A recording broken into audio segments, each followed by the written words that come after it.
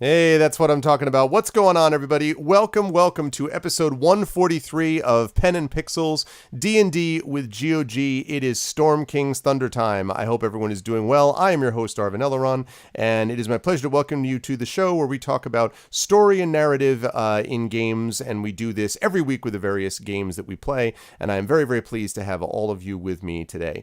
Before we get started, I just want to mention a couple of things about this channel. If you haven't done so already, please follow GOG. It is always great to have us on GOG, and especially it's great today because this is the day, International The Hell with DRM Day, basically. It's basically telling you why DRM is not a good thing and why you should be supporting those places that make it possible for you to avoid DRM, like, for example, places like D&D with GOG. I am also pleased that we happen to be today the English language stream, so we are joining with our international brothers and sisters, our cousins, our aunts, uncles, fathers, mothers, etc. And we today are presenting the English version, so we will try to speak English as well as we know how to do, and try to not be abusive and terrible in the way that so many English speakers in one country that speaks it a lot seem to be these days. Not that I was saying anything specific, but anyway, it's a pleasure to see everyone here. I hope everyone's doing well. I hope you will consider following the channel also. I mentioned following. I hope you'll subscribe to the channel, I was going to say.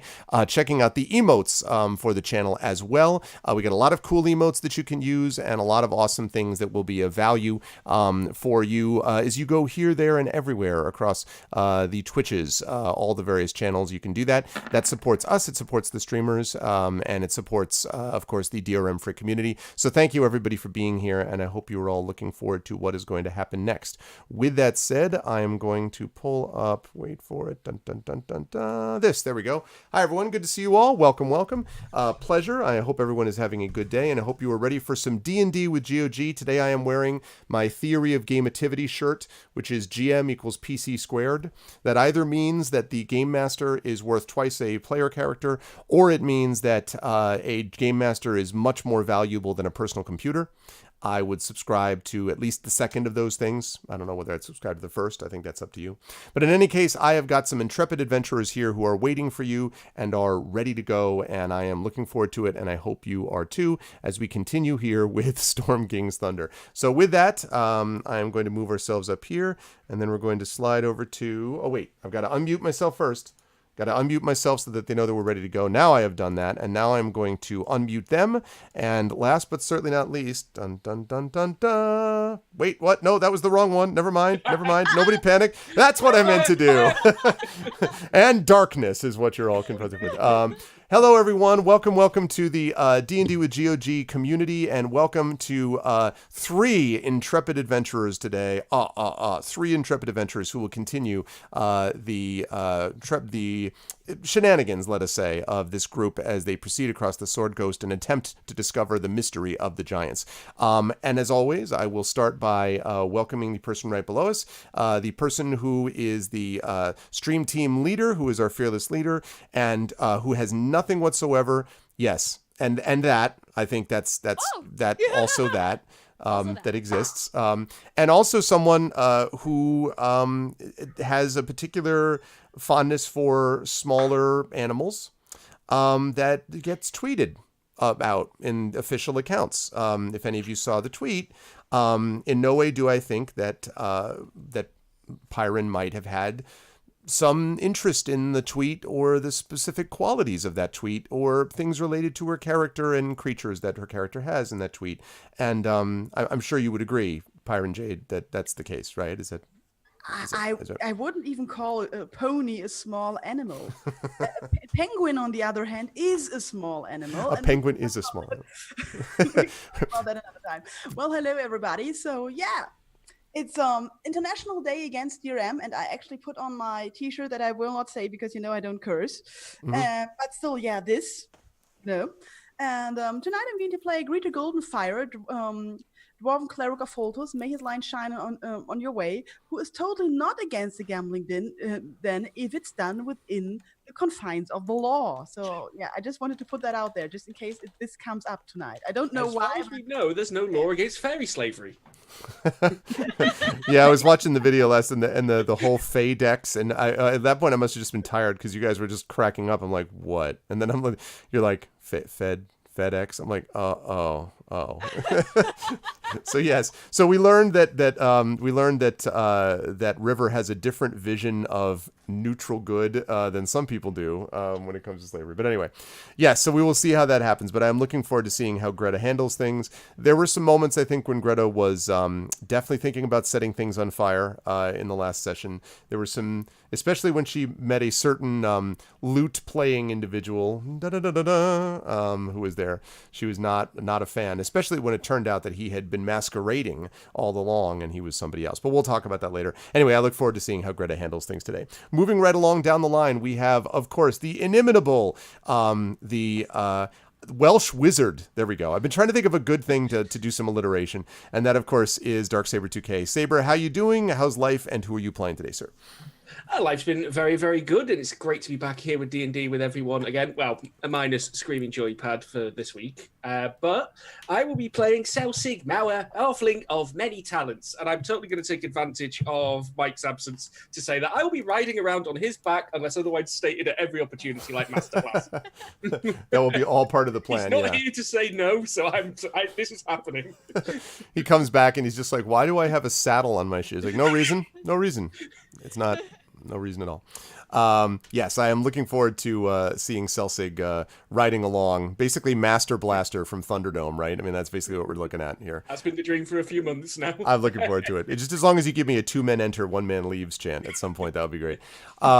Moving on right down the line, we normally would have Screaming Joypad with us. He has got a bunch of work stuff going on. We really hope he'll be able to join us later and that he will jump on board. It is possible he may not be able to, but we couldn't delay because next week, as I forgot to mention, I am doing the release stream for Pathfinder Kingmaker on here, and that's kind of important, and so we could not postpone to next week. So we have 3 of us, and with these intrepid 3, we'll move forward. Mike is an awesome dude, though, and you should definitely check out his Twitter and stuff like that, because Mike is doing a whole bunch of stuff in tech now. He's all like Mr. Tech Guy, and everybody looks at his tech stuff, and he's like all tech guy, tech guide out, and so he's a good guy and a good player, so we look forward to having him back soon.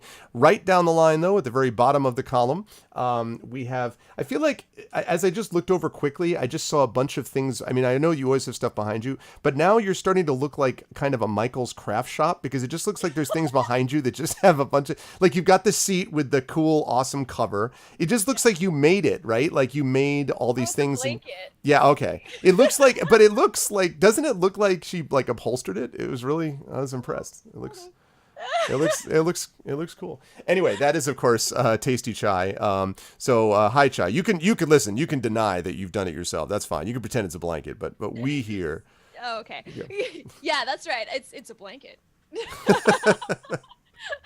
How are you, Chai? And how's life? And who are you playing today? I'm doing well. Life is busy as always. So busy, in fact, that I have a bad case of the sleepies, but I am rallied and we will be fine. So today I am playing River, who is a silver dragonborn who is a little bit naive, loves food, and quite possibly has weird ideas about fairy slavery. So there's that. Possibly. It could Possibly. be. Yes. And I'm looking forward to seeing whether that gets continued in any way. We will see how that happens. All right. So for those of you who have not followed this campaign, this has actually been running for some time now. We actually started, well over a year ago now, where we started with Terror at Tribor, I believe was the first thing that we did, and began to sort of gradually get these folks into their campaign together. And the campaign, Storm King's Thunder, has been trying to figure out the situation with the giants. What has caused the giants to go mad? Why they have begun to attack innocent towns and villages when normally they just hang out in the mountains and in the hills and in their fire volcano fortresses. Why have they come forth and become aggressive?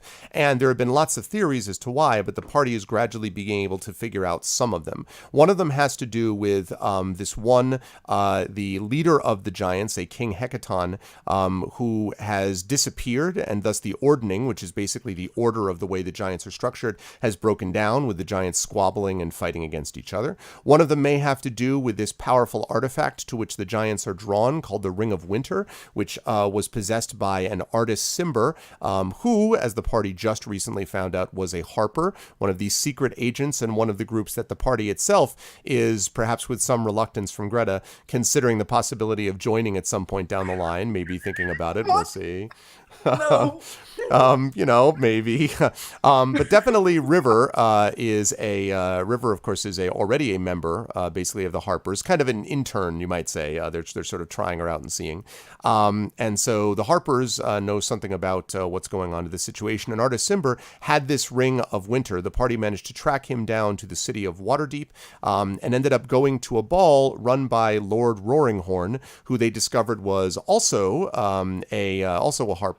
They managed to thwart an assassination attempt on the Baron's life, and he then gave them information they needed to know about Artis Cimber and about some of these other places. Basically, the thought was that Cimber would have headed off somewhere off into the to the east, basically, to the center of the Sword Coast. That was his best guess.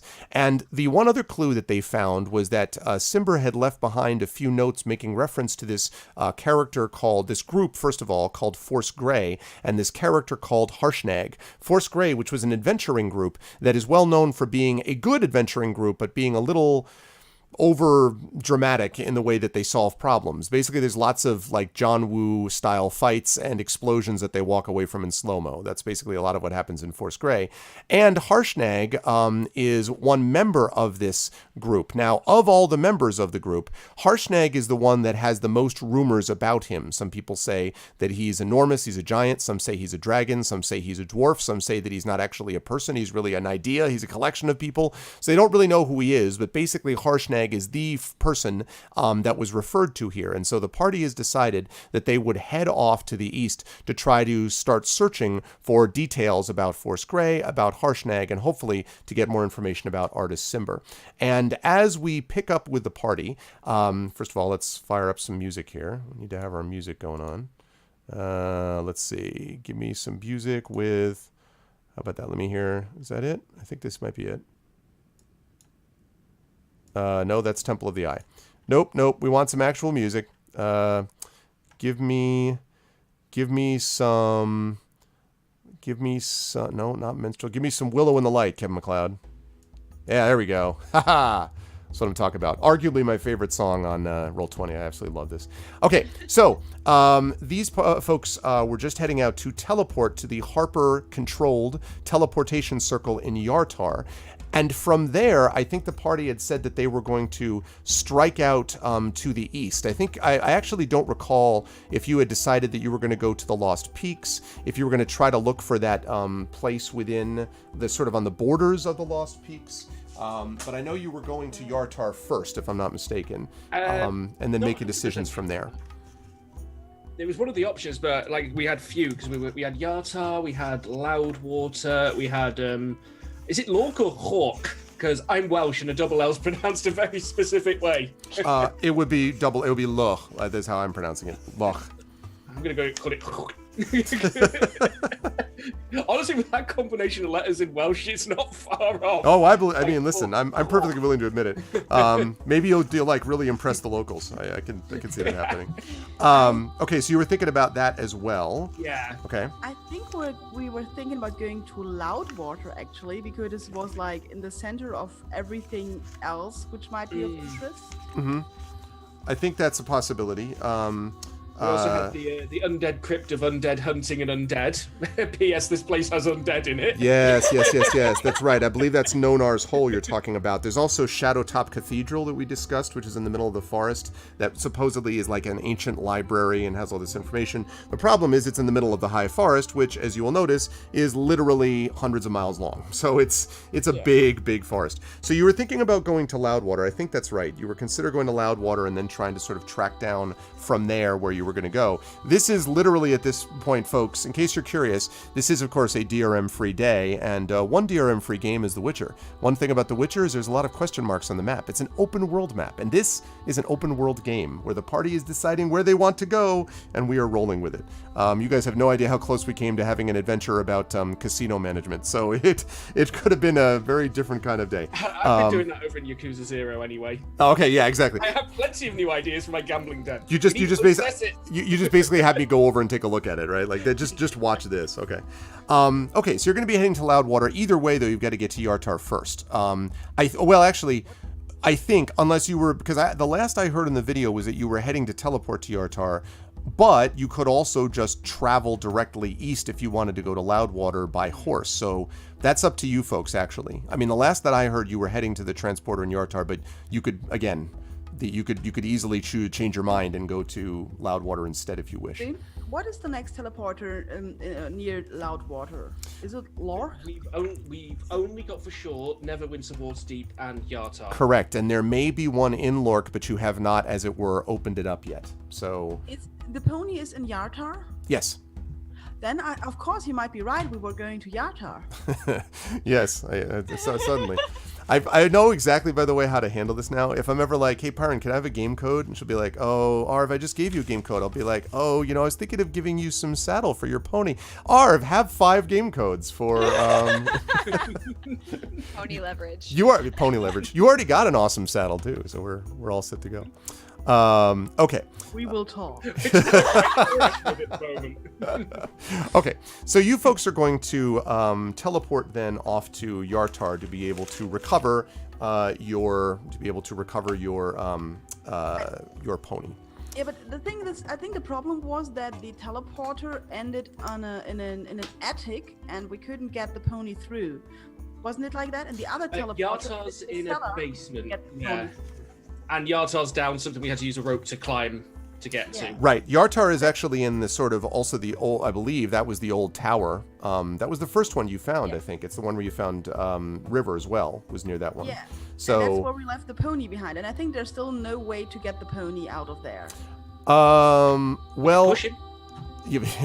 Well, because you left the pony up on the top, like basically on the level floor where Kalismana could take care of him, in quotes, take care.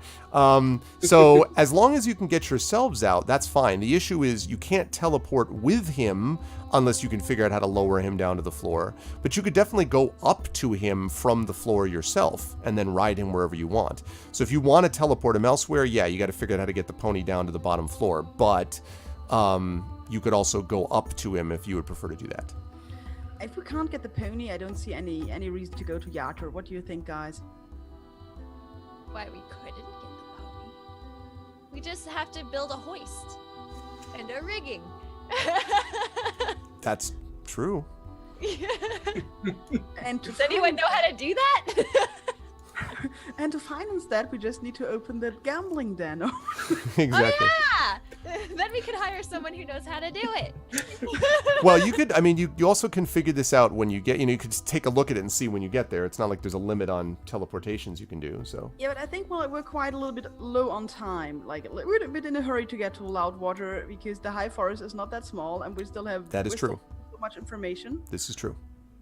So, what do you think, guys? How should we go to Loudwater, and if yes, how should we get there? By heading east. Yes. Should we rent ponies? It'll take you a long time to walk it. You're probably going to want to rent something. It'll take you a long time to walk it. Should we risk finding out if the teleporter really takes us to Loch? I think the way it worked was we have to find the other end of it Yep. to be able to use it. We can't just Exactly right. blindly jump. Oh, lame. I was like, let's just play with the teleporter. No, you have to find the fast travel point first. Lame. Like Skyrim all over. Exactly. And just like Skyrim, you have one person doing the voice for all NPCs, so it's totally the same. The same thing. Oh man, I'll take some of that sweet voice acting money from If this is Skyrim, I'm Bethesda. going to go around putting baskets on people's heads before I steal everything. It's actually a good point. You actually take everything not nailed down and then sell it right back to me as the merchant. That's how that works. As much as I would like to take my pony with me, I think we should maybe just rent horses and go east from here to Loudwater. Okay. And if it takes us to Lork, and we can discover the teleporter, that's fine. But I think I feel a little bit hurried. I feel like we're losing too much time with all the I things was thinking we could follow the river because there's some settlements on the way. We might be able to exchange for fresh pony. Yep, that's Why should true. we need fresh pony? Because tired ponies go slower. Oh, you mean like really like okay, yeah. Well, then we go like from Daggerford to Succumber. Maybe there's a ferry service. You mean like ferry? I Like was just gonna say, on a little- what kind of a fairy do you mean? Right. Oh my gosh. Oh man. So your plan, your thought is to do. I'm just gonna draw it here, like this, Yes. and then this, and then. to Succumber maybe, and then This. from there, because that's otherwise it's a long way without potentially supplies and information about what's ahead. Towns near a Loudwater, because Loudwater and where were we looking again? GOG we're both under attack. I Sounds think. more Klingon all the time. Oh,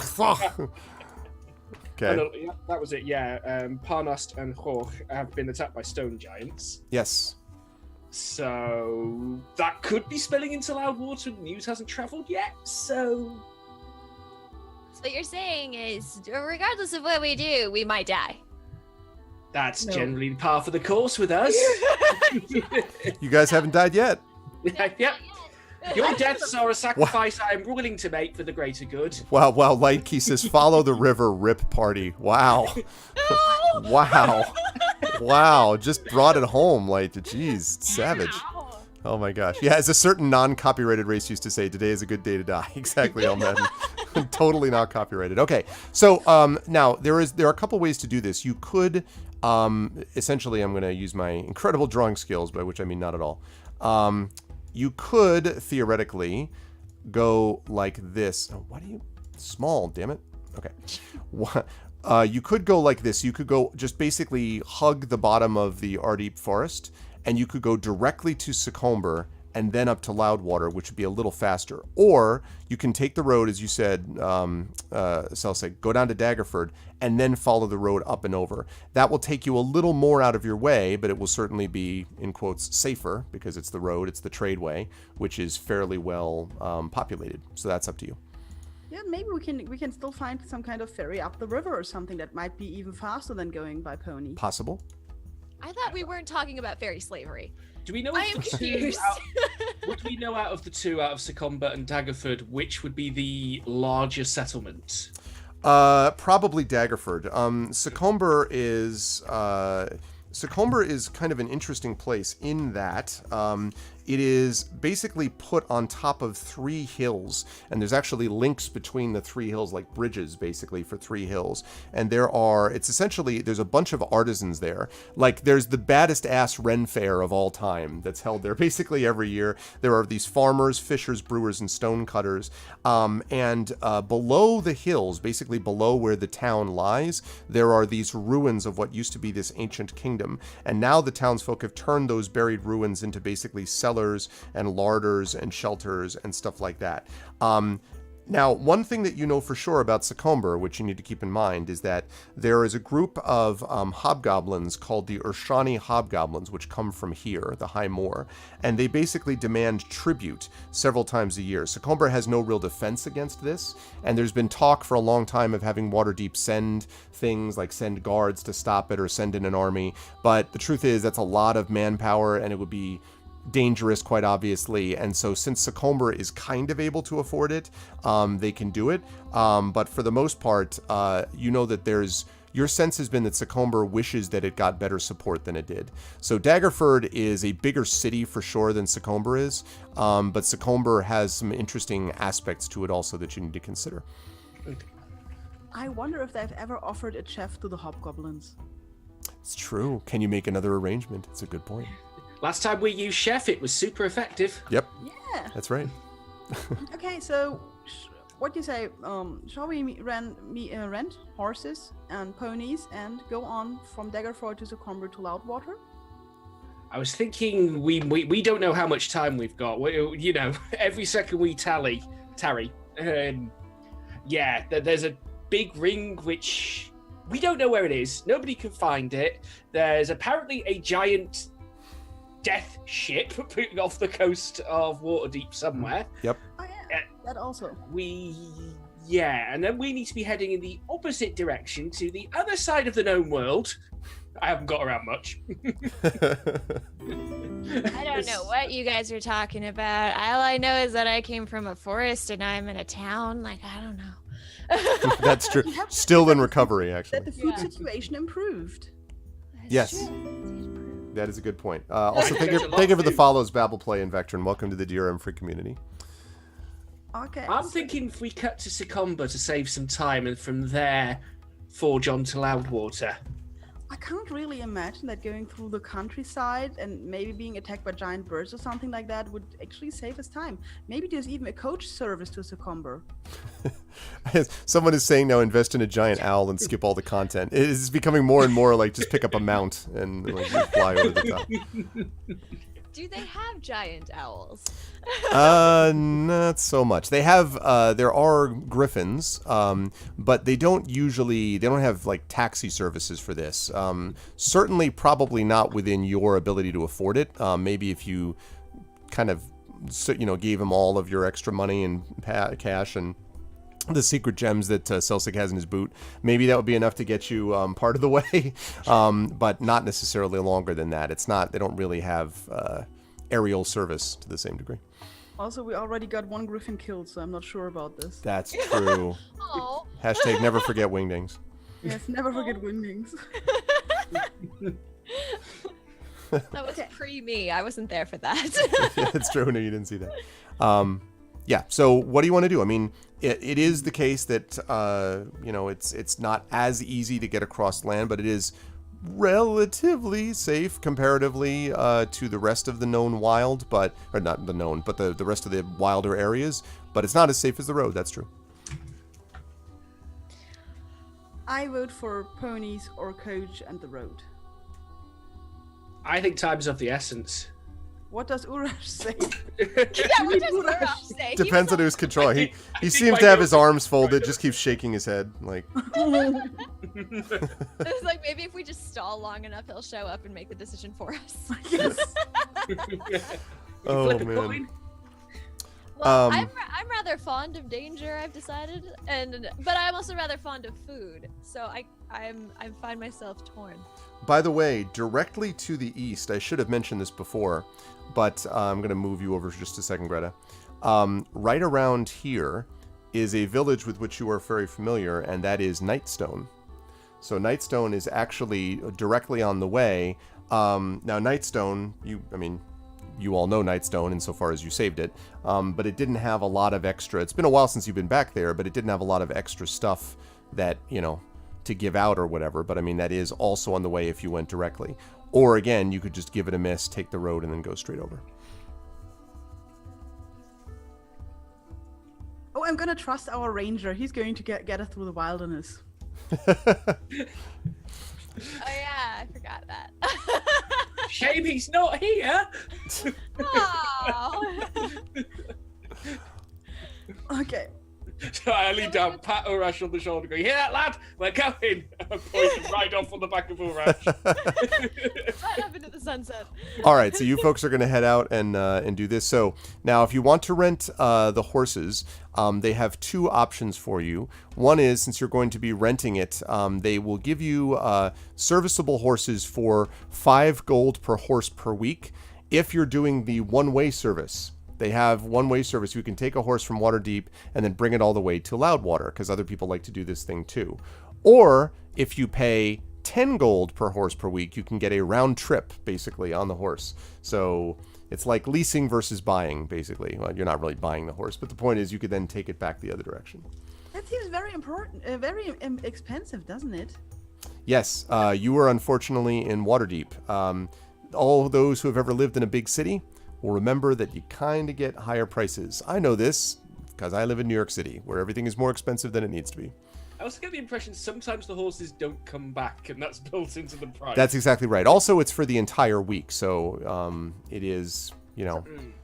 So it will take about a week to Loudwater? I would say it depends on how much you're pushing them. It's going to be longer than that probably, because from there to Loudwater is probably about, that's probably a couple hundred miles. So if you are covering, you could probably cover at top speed. Let's say that you did, I don't know, let's say that you were doing 15 miles per hour on your horses, okay, something like that. Basically, that means it would take you about 13 or 14. What did I say, per hour? So it would take. No, you couldn't cover that much. Probably the horses would be doing, let's say that they covered 10 miles an hour. So you could probably do realistically, 70, 80 miles in a day. So if you push them, you could probably do it in about 3-4 days. But that would be assuming that you were really riding them hard and you were not, you know what I mean, like not really giving them a whole lot of rest and all that stuff. If you were doing it at a more rational pace, it might take you 6-7 days depending on the time frame. So you could probably do it in about a week. I have an idea, actually. What if we walk to Daggerford and then rent horses? They might be cheaper. They're smaller, right? Daggerford's smaller. True. They also then one thing to note is that then you will not have as much selection over the choice of pony. You may have, low-level ponies. You may have the sort of smart car of pony, the Yugo of pony. That's not a problem for Salsik or me, but it might be a problem for Urash. Yeah. Urash like hunched up on like a top. Plus, we've got the time to get from Waterdeep to Daggerford without ponies added on top of the travel time from Daggerford to Loudwater. True, that would slow things down. River, do you think the dragon who's currently guarding my pony might be willing to put the pony into the cellar where the teleporter is? If he'd fit, he's super nice. He's kind of big though. Will he fit in? He's probably eating the pony. I don't think he ate it. Eating the pony. River's a dragon. She eats a lot of things. I do. I'm just saying. And I'd eat the pony. I didn't. There. Wow. The pony is dead. on any horses running around. She seems to like eat stationary food. Yeah, I usually prefer my food to be dead before I eat it. See? But he was Maybe the flying pony away with the pony. coincidentally died, and then the same logic applied. We should check on the pony now. Yeah, it looks like Can I we roll are for diverting our persuasion? plan. Arv, could you maybe turn up the sound of Chai a little bit because I can barely hear Am I her. quiet? Sorry. Yes, although I think it'll be easy. I don't know if I can do it on. It'd be easier, I think, to do it on Shizen maybe. Is it quiet? Can you please turn your volume up? Hang on, I'm doing it. I Thank think. you. I don't know how. That's fine. Just do it. Okay. I can mute her audio. Success. Okay, No, wait, no. let's No, I'll unmute it. There we go. I really think if this costs like 10 gold, we really should now teleport to Yarta, try to get our horses and ponies through the teleporter to Waterdeep. This is just too expensive. How is the party doing in terms of overall supplies of gold? I have 5 silver. I do all right. I do all right. I like the idea that Celsic is nodding sagely. Oh, yes, too expensive. We gotta watch the money. As he's like putting away his like pouch of, just excuse me. I actually got to say, Jules, no, not those ones. Where's my pennies? Where's my pennies? I didn't find my paper sheet, but I remember I don't have a lot of money left. I think that Not enough to they pay would 10 have no gold money. for ponies. There is also one other possibility, which is that it is possible that Lord Roaringhorn, who said that he would help you, would be willing to fund some or all of the cost of the horses. You had decided not to use it initially because you were going up to Yartar to teleport anyway. But to teleport to Yartar. But if you decided to rent horses instead, he might be willing to cover that cost. That's possible. Yeah, but let's check on the pony. I'm all for calling in a favor. I think we should check on the pony too, cause I miss Goldie. Okay. I poke Rush in the back of the head. No, he's got nothing. He's looking very stoic recently. Okay, teleporting. We're gonna get all our stuff and teleport to Yatar. We Okay. take Urash with us. Okay, we take him with us. Just so that I have the teleport key. I could run off at this point. I'm not going to. True. That would be really mean. That'd be super mean. But I want you to know I know. Okay, so you head over to the teleporter, and when you are ready, you have the teleportation key. Everyone gathers in the circle, and then Selsig steps onto the middle of the circle. The runes around the outside glow. You may remember we had this discussion before. And then you feel that strange, disorienting sensation. For some reason, this is the second time I'm going to make this reference in less than a week, but I don't know if anyone ever saw the short-lived show Voyagers. Not Star Trek Voyager, but Voyagers. It was a show during the 80s, and then it showed up again on like Amazon Prime Video or whatever. Basically about these people that go to various spots in time and fix when history is off somehow. Like, Roosevelt died before becoming president or something. Like you have to fix these things. Anyway, I bring it up because they use this magical device, which looks kind of like a pocket watch to travel. And whenever they travel, there's this whole big sequence that I remember when I was a kid, I thought was super awesome, where they were traveling over this like light plains and like rushing underneath you and stuff like that. So I like that image. I like the image that's basically what we're looking at, is just like the music in the background, as you're soaring over these things, and then vroom, you find yourself in the darkened basement of the tower where the hill giant had been crying when you first found them, and you were in the circle. Yep. Okay, let's climb up and check on the dragon. Okay. Okay. So you climb up to the top, and when you get out, you see neither Kalismana nor your pony. You see neither one. Well, then I'm gonna shout, Kalismana! Your voice echoes across the land. Mana, mana, mana, mana. Sparkles! And then that too. Sparkles, sparkles. Echoing throughout the land. Every enemy within 200 miles is alerted. No. So you call out this way, and there is silence and no response to your query.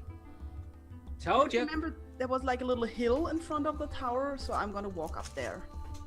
Okay. 10, this is on GOG, so you are not a mod on here. You're a mod on my channel, 10, of course, but we're on GOG right now. What did he try to do? She was saying locking in the chevrons. She's like, oh wait, not a mod anymore, because she didn't see the thing next to her name. You be an awesome mod, 10. You know how much I respect your modship. Okay. So you said you're heading towards the hill to sort of go up to the top and look. Yep. Okay. When you so you go up, you sort of climb up to the top of the hill.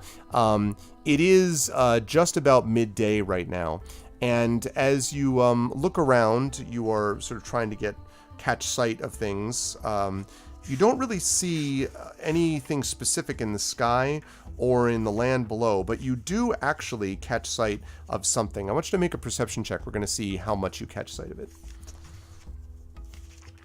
In perception. I'm just sitting at the tower eating an apple right now. Look, grass. Yeah, exactly. Well, it's not quite that bad, but there is some sort of glittering. It basically looks like there's something which is glittering, would be the way that you would describe it. And it seems to be off in the far distance. This is obviously not to scale because there's a lot of space here. But so if you guys are here, the thing that you see glittering is right maybe there. It could be more than a mile off on the land itself. Something glittering and sparkling, and it's continuing to do so even as you look at it. I look at River. When you were living here with Kalismana, how did you call him, her, it? Him. Like him? How did you call him? Did you just shout, or how did you get him to come to you? Hey, Mortara with the resub. Thank you for the resub. Welcome back to GOG. Thanks, Mortara. Well, I sort of didn't. Really? He just he'd show up and drop a goat or something and head off this. I don't know. He's very chaotic, but I don't know, it's pretty shiny. I think we should go for the shiny thing. But it's like a mile away. You could walk that in like 8 minutes. I could walk it in 8 minutes. Celsic, we're going to look at the shiny thing, I call back to him. He's riding Urash. He could probably get there the fastest of all of us. I've had to tether Urash. He was being uncooperative. I've put his feed back on. Did you try giving him a carrot? I swear, Try to eat, not meat. It's not pretty. literally the horsification of Urash is a serious issue that I think we need to. Chat, can you believe that their friend is gone for a week and they decide to make him into a pony? Like, it just becomes a beast of burden for them. And Really? this is why everybody should have a pony, because then something like that would not happen. Right, exactly. If you miss a session, you risk being made into a pony, and that's just how it goes. If Celsic had a pony, he wouldn't do this. It's true. Is it? I though? don't need a pony. I've got an Urash. Yeah, exactly. So I think I'm just gonna stash like the big and heavy items I'm carrying, like a saddle, Okay. in the ruins, and I'm gonna walk towards the glittery thing. Okay. All right. So you begin to head in that direction. And is anyone else, by the way, are the rest of you doing this as well? I go with. Okay. Celsic, what about you? I'm just racking my brain now. I'm actually going to wait at the tower Okay. with Urash, I think. Okay. So you folks head for a while, and as you get closer, you see what might have been the sort of source of things. So as you're walking closer, you are heading towards the river. Now, this area right around here is known as the Desserin Valley. There are the Desserin Hills, which are basically up to basically to the south over here as well, and there's a little bit to the north also.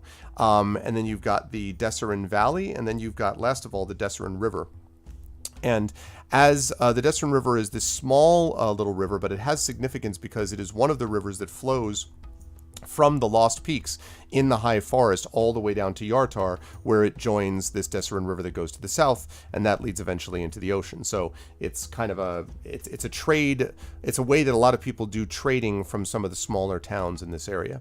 So as you get closer to it, you can see that there is basically the glittering looks like a kind of yellowish sort of glitter in the sunlight, as if it's gleaming off of something. And as you get closer, you see that it's a pretty large glittering, like it's pretty big, whatever this thing is. I look at River. Did Kalismana ever mention having a heart of gold or something? No. I don't know what that is. I'm just as curious as you are, because I don't know. Well, then let's get closer. Yeah, we'll get closer. When you get right close to it, as you get right up close to the river, you can see that the entire river, not you river, but the actual river, the entire river almost from one bank to the other has this gleaming yellow sheet that is over the top of it. It looks like this layered set of tiles, basically. Think, Yellow Brick Road or something like that. That is over the top of this river. And as I say, almost from bank to bank, like almost from one side to the other, is this sort of yellow thing. And it's fairly long, too, although it gets narrower towards the end. And this is the thing that's actually been glittering, and you can see why, because it's a pretty wide area that's being reflected, the light's reflecting off of in the river. I take a stick and poke it. Okay. So you poke it, and nothing happens. Oh. It feels like solid. Yes. It feels solid, but it also feels, how do I put this? Segmented. It's not one solid uniform surface. It's got, like I mentioned, these tiles.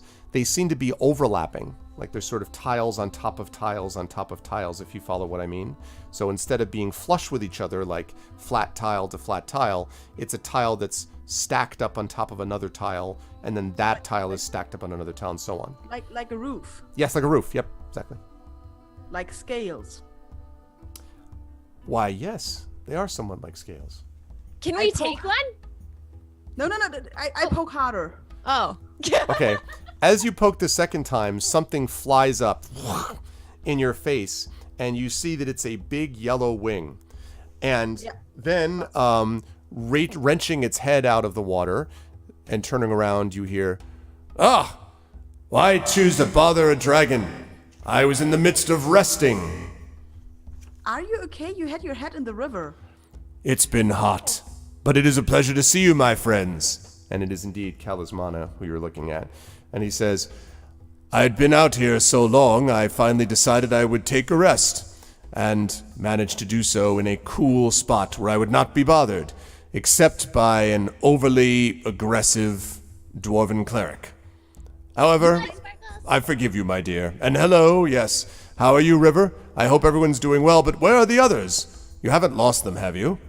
No, they're still at the tower guarding our stuff. "Ah, very well. I would hate to lose anyone from your party. I've heard that you've been quite busy in Waterdeep." Yeah, we found out quite some interesting thing. If you maybe come back to the tower with us, we could fill you in. "I would be happy to learn it. Just 1 second. Do you wish a ride back, or you just want to hoof it?" Do you have my pony? "Your pony? Let me think about that." And he does the thinking, like what Ten of Clubs did in chat, like the sort of, he puts one massive head on top of his paw, on top of his claw, and kind of thinks. He says, "Well, I remember I was a little peckish a few days ago, and then he says, 'I'm kidding, of course. Your pony's just fine. Your pony's just fine. I've made sure to keep him safe inside the tower. It's possible that he wandered away, though. I've only been out here for about 10-15 minutes. Just a little bit of a small bit of shut-eye.'" Okay. So he takes off, basically, from the river. Did you say you were walking back? I'm sorry. Whether you were flying back with him? No. Oh, you never answered it. You just asked him about his pony. That's right. So, did you want to go with him? No. I'll go with. Okay. So you hold on to him as he takes off majestically and, banks left river, and you're just like, yeah, exactly. Yeah, as you're flying along. Meanwhile, Greta, you're like, walking along the path, the road back towards the tower. I remember the last time I flew on a big thing. Yeah, I'm not gonna.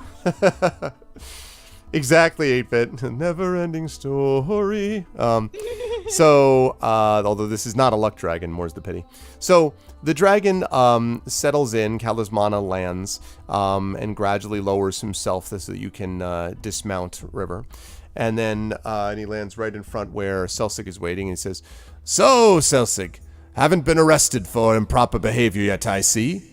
I suppose that, you haven't gone legitimate on me, have you?" Still the ranger, making sure the trees are safe. Yes. Very important. Oh, sorry. I changed my echo up just for you. Yes, the ranger. Is that all you decided to pose as, the ranger, or did you add any other bits to your resume? Maybe moving into gambling, but the legitimate kind. It's all legal, above board. All right, very well. Remember, if there's ever a gambling problem, go to Daggerford 800 Gamble. If you have a gambling problem, that's what I'm told. And he nods for a second and says, "Oh, sorry. God, this thing's not Clears working." his throat. Yeah, exactly. Cough. Yeah, sorry about that. And he says, "All right, now, where did I put that blessed pony?" And he says, "Where did I put my blessed echo machine? Why is it not working?"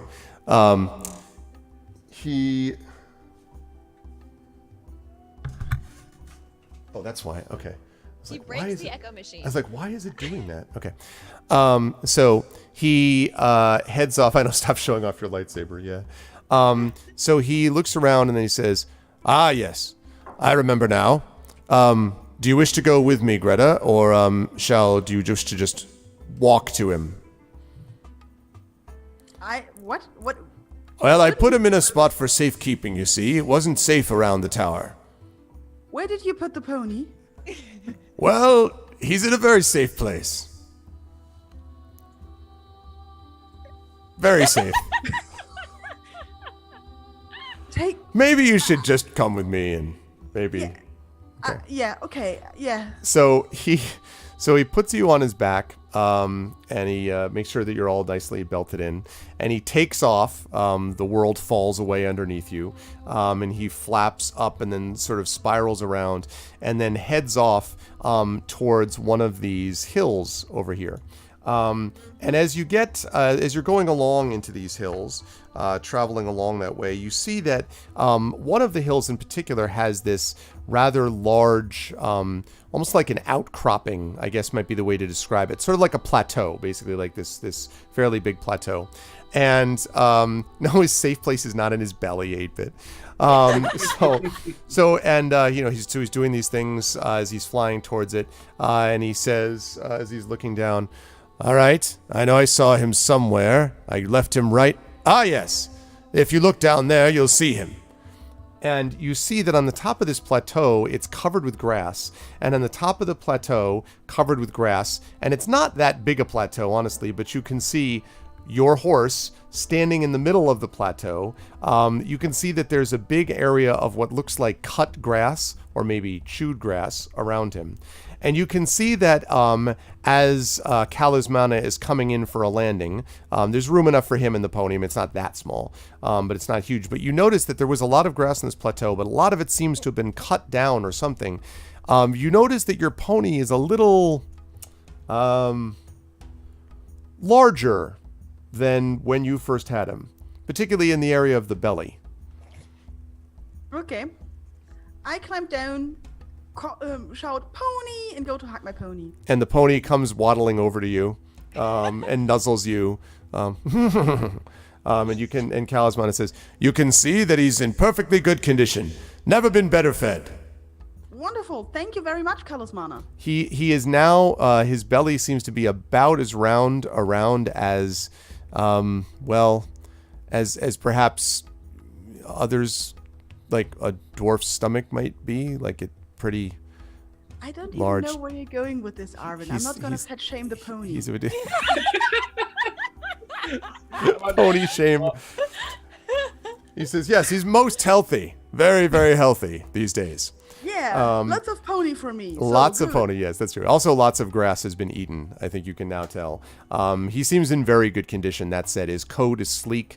His mane is brushed down and very comfortable. And no, he does not appear to be pregnant. He does not appear to be pregnant. Yes, so. Wait, what is this? Do I want to see this, or is this going to be something that... Oh, it's just a fat pony. But it's so muscular. Yeah, I wouldn't say he's that muscular. I mean, let's but anyway, he seems like he's very well fed. But he's in good shape, and you are he seems to be in good condition. And Kalismana says, now I'll have to bring him down one by one, although I could probably take one of you in my claws if that would be easier. Either one's fine with me. How do you usually transport the pony? I just put my 2 claws gently around him and then bring him down. And then, if it's anyone other than your pony, I usually transport him directly to my stomach. But because this was your pony, I avoided that. As you can see, instead he got a lot in his stomach. And is he fine with that? Is he okay if you do that? He seems to be. I mean, he also says nay a lot, but I think that's just being a horse, right? Just a naysayer. Yes. Yeah. Naysayer's gonna naysay. So maybe bring the pony down first, and then you can just pick me up. All right, I'll do that. And he picks up the pony and flies off, and then brings him down to the bottom of the plateau, and then comes back up for you. And he says, "All right, he's down. He's safely stowed on the ground, although he looks a little disappointed to be away from this lovely grass. You can see why I put him up here. Plenty of grass to eat. There were even a few pools of water that I managed to fill, and nothing's going to get him up here." I'm really impressed with your pony care, Kalismana, I have to say. Thank you. I do what I can. It began by learning how not to eat a pony in my possession. That was a difficult process, but one step at a time, one day at a time. Very well done. Thank you. So he brings you down. Yeah, the pony nook, like the breakfast nook. So he brings you down safely, and you are now near your pony, who seems to be sniffing the ground as if looking for more grass, but otherwise is ready to take you. So where are the horses of the other people? He says, yes, the other horses. Well, one of the reasons that I brought your pony to the top of this plateau is that the other horses, well, I had a little difficulty keeping them all in one place. You see, they seem to like to run a lot, and it was difficult sometimes to keep them all in one spot.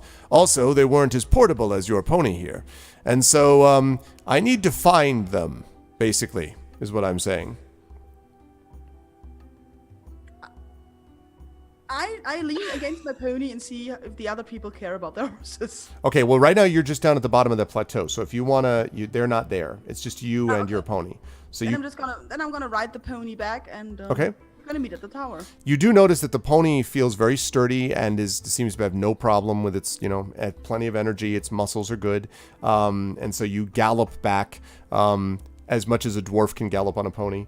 And you and a dragon, the dragon passes overhead, does several circles and loop-the-loops and so on, and then flies ahead of you. And eventually, you are back at the tower. The rest of you, Selsig and River and Urash, you see that galloping back rapidly is Greta on top of her pony. Although he looks a little bit bigger than normal, but otherwise looks like her pony. Hey, pony! Hey! I know, Urash. You owe me a copper. Urash is like, fine, I'm good for it. So I got my pony. Now we've got to find your horses. Did I have one? You left your horses here. I never had a horses. Kalismata settles down next to you. She's quite right. She never had a horse. I believe there were only 2 of you that had horses, if I'm not mistaken. 2 others, I mean. Urash and, of course, Selsig. I should be able to find them given just a bit of time. I'll just need to do a couple of larger circle loops. I don't even remember I had a pony.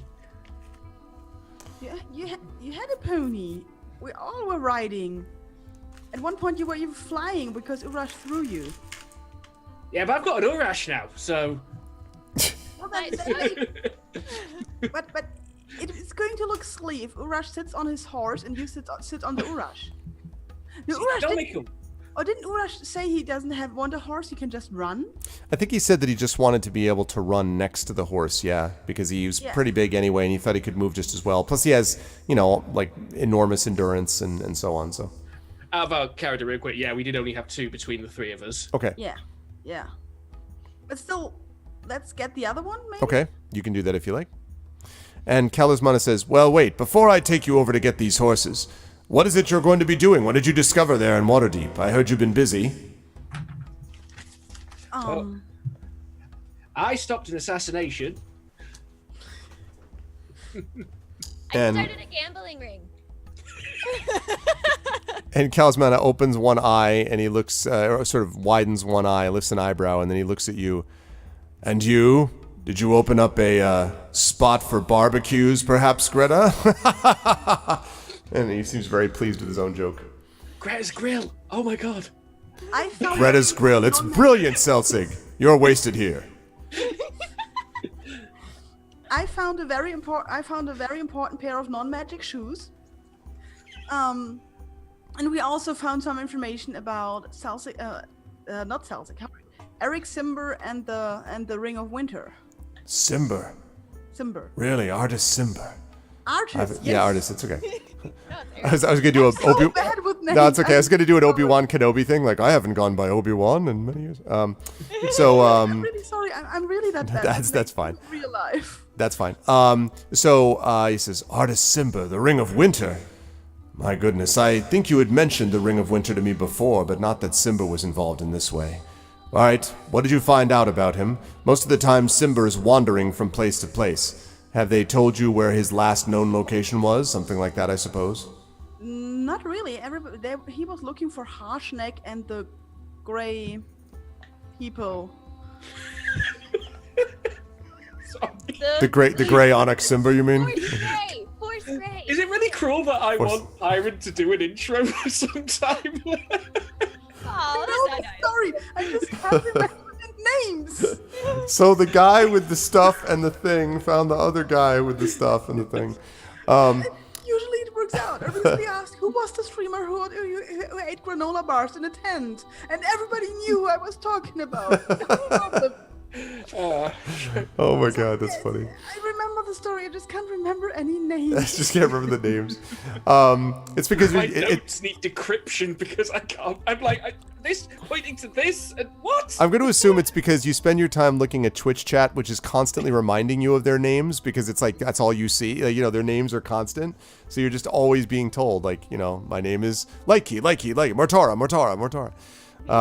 So. That would be actually solve my problem. Just use chat names. Yeah. Ah. I still to this day, when I have people that meet me that are from my Twitch channel, and they're like, "Hey, I'm, Steve." I'm like, and they're like, "Derp the Bugbear." I'm like, "Oh, hi, Derp the Bugbear." Like any like normal name, I'm like, what? Who are you?" All right. Mortara, for example, would be a good name for a dragon. Yes, that's right. Or possibly a necromantic servant. And maybe like Nortara. like to be my pony. I don't know, Mortara, would you like to be the name of Pyron's pony? No, Lightkey. Oh, Lightkey. Oh, Lightkey. Sorry, Mortara, she doesn't want you to be the. Why would she want you to be the name of the pony? Only Lightkey can be the name of the pony. Mortara sounds more like a dragon, you have to admit that. Anyway. Yeah. So, Okay. Archer Simber was looking for Harshnag, and I got that name right. And the Grey something. And The Grey they are- Wizards. Gandalf the Grey. No. It's Force Grey. Is what you're looking Force for. Gray. And there was also the thing with the boat. It was called Dancing Waves or something. Yes. Yeah, a boat fell over. It was See? covered in giants or something. And there's the giant boat who actually is sinking boats in front of the coast. But we don't actually know where Artist Simba went. There was like the suspicion that he could have been on the boat with the Ring of Winter. But if that actually happened, then he's now on the bottom of the sea, and we decided we can't really look for him there, so we'd rather look at the other places where he might be. He says, "I see. So you're going to try to track down the Ring of Winter." Yes, because we think it has something to do with the giants going crazy. I think you're probably right. The Ring of Winter doesn't always have the most positive connotation for my people, because every time the giants get a hold of it, they go mad. And it does explain, perhaps, why they're acting the way they are. It's been an age and an age since anyone has found the Ring of Winter, or brought it out for public use, or knowledge. So, it seems like as good enough a guess as any. But if you're going to find your way, you need to get information then about that thing, and I can tell you that I have not seen anyone walking through my lands anyway for some time. He didn't come via teleporter. Where do you plan to go? I'm going to look this up because I thought that Loudwater, the town's called Loudwater, not Loudmouth. Loudwater. Ah, Loudmouth. Loudmouth. He says, Loudwater. Ah, but that's a good 200 miles from here at least, on the southern edge of the high forest. So the plan is to teleport back to Waterdeep with the pony and the horse, and then ride from there to Loudwater. I see. That seems somewhat logical, I suppose, as long as we can figure out how to get the pony into the teleporter. And on the other end of this teleporter, by the way, I hope that it doesn't materialize inside an outhouse. I hope that there's actually some room for you, is there? There was some room, but the problem was it was in an... Was Waterdeep the one with the attic or the one with the cellar? Waterdeep was the crypt, if I remember correctly. Right. Ah. Waterdeep is the crypt. Yep. Yeah. Neverwinter was the attic. There's a big crypt, but there is also like a golem who seemed very capable, so maybe the golem can pick it up. And he says, all right. I'm certainly willing to give it a try. We'll have to figure out how to get both of them down there. The pony will probably be easier than the horse, I think. I mean, or could you fly us to Loudwater? I could certainly fly some of you but probably not all of you, and that means it would take some time. Even going at top speed, it would be several hours for me to fly all the way to Loudwater. I'd have to fly down, drop you off, get up, fly back up, pick you up, drop you off, bring you down. I don't think it's a good idea for me to be gone from this land for that long, but I can certainly try to give you perhaps part of the way. I imagine if I were able to, I could probably get you to... He kind of puts a claw to his... sort of like someone kind of calculating mentally in his head, puts a claw to his mouth, and then he says, well, I could certainly take you to the western... Sorry again. The western edge of the High Forest, or I could try to take you, well, let's say, down the Desserin River. In fact, while we're on the subject, you realize, just take the Desserin River. We could find you a boat around here, then you could have that boat that would take you all the way down, that leads all the way from here all the way down to Waterdeep, and from there you head directly over to Loudwater. But even if we take the river, it's going to be like a week from here to Waterdeep. And we feel that time is of the essence, so that's actually why we're trying to find the fastest way to Loudwater. We think that maybe we get some information about the Ring of Winter and the High Forest. Do you know anything about the High Forest and the library that's in there? I was just gonna nudge Gret and go, the dragon can fly. He can see where that lost library place is that we were gonna have to go and climb a mountain to look for. That's such a good idea. He says, he doesn't hear you, he just hears, he's like, what are we all excited about? Nothing. Really? That's disappointing. I was hoping to be excited by something. No, Greta's excited. I'm not excited. I can't enunciate, and I just fall over. That's the best way to get out of a conversation ever. Okay. Nothing never to... okay. So, he says, a library. What? And then he thinks about it and he says, oh, I know what you mean. You're referring to Shadowtop Cathedral, I suspect, yes? Yes, that is totally the name I was thinking of. Shadowtop Cathedral is, in fact, a place that is supposed to have great knowledge, but I'm afraid it's not visible to me. The reason is that it's called Shadowtop because it is covered over by trees which conceal its presence. It is almost impossible to see from above the forest. Only way to get there is to go by foot through the inside of it. I mean, I could bring you over and just at some point randomly drop you into the forest and hope for the best, but I don't know whether you'd land on the right spot. There's also the minor difficulty of the fact that you might not survive the fall. Maybe. Yeah, maybe not then. Maybe then we go back to the original plan to start at Loudwater. You realize, of course, that there's another option. The place that is the highest sort of peak within it. I usually don't go over this far, but if you were to go to the top of the Lost Peaks or the Star Mounts, you would get some height on the situation. You could probably see something of where it might be. In fact, you might see something that looks promising, and when you get to the Lost Peaks and climb it, you'd be able to determine, based on an area that you thought might be the one you were looking for, whether it is in fact the right one.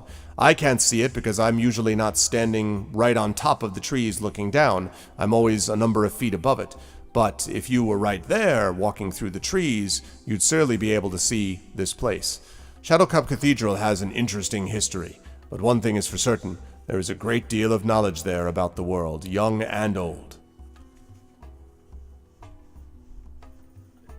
I look at my companions. Good lead. I mean, one of the aims of getting to Loudwater was giving us a place to strike into the High Forest, potentially. Yeah. But we don't know where it is still.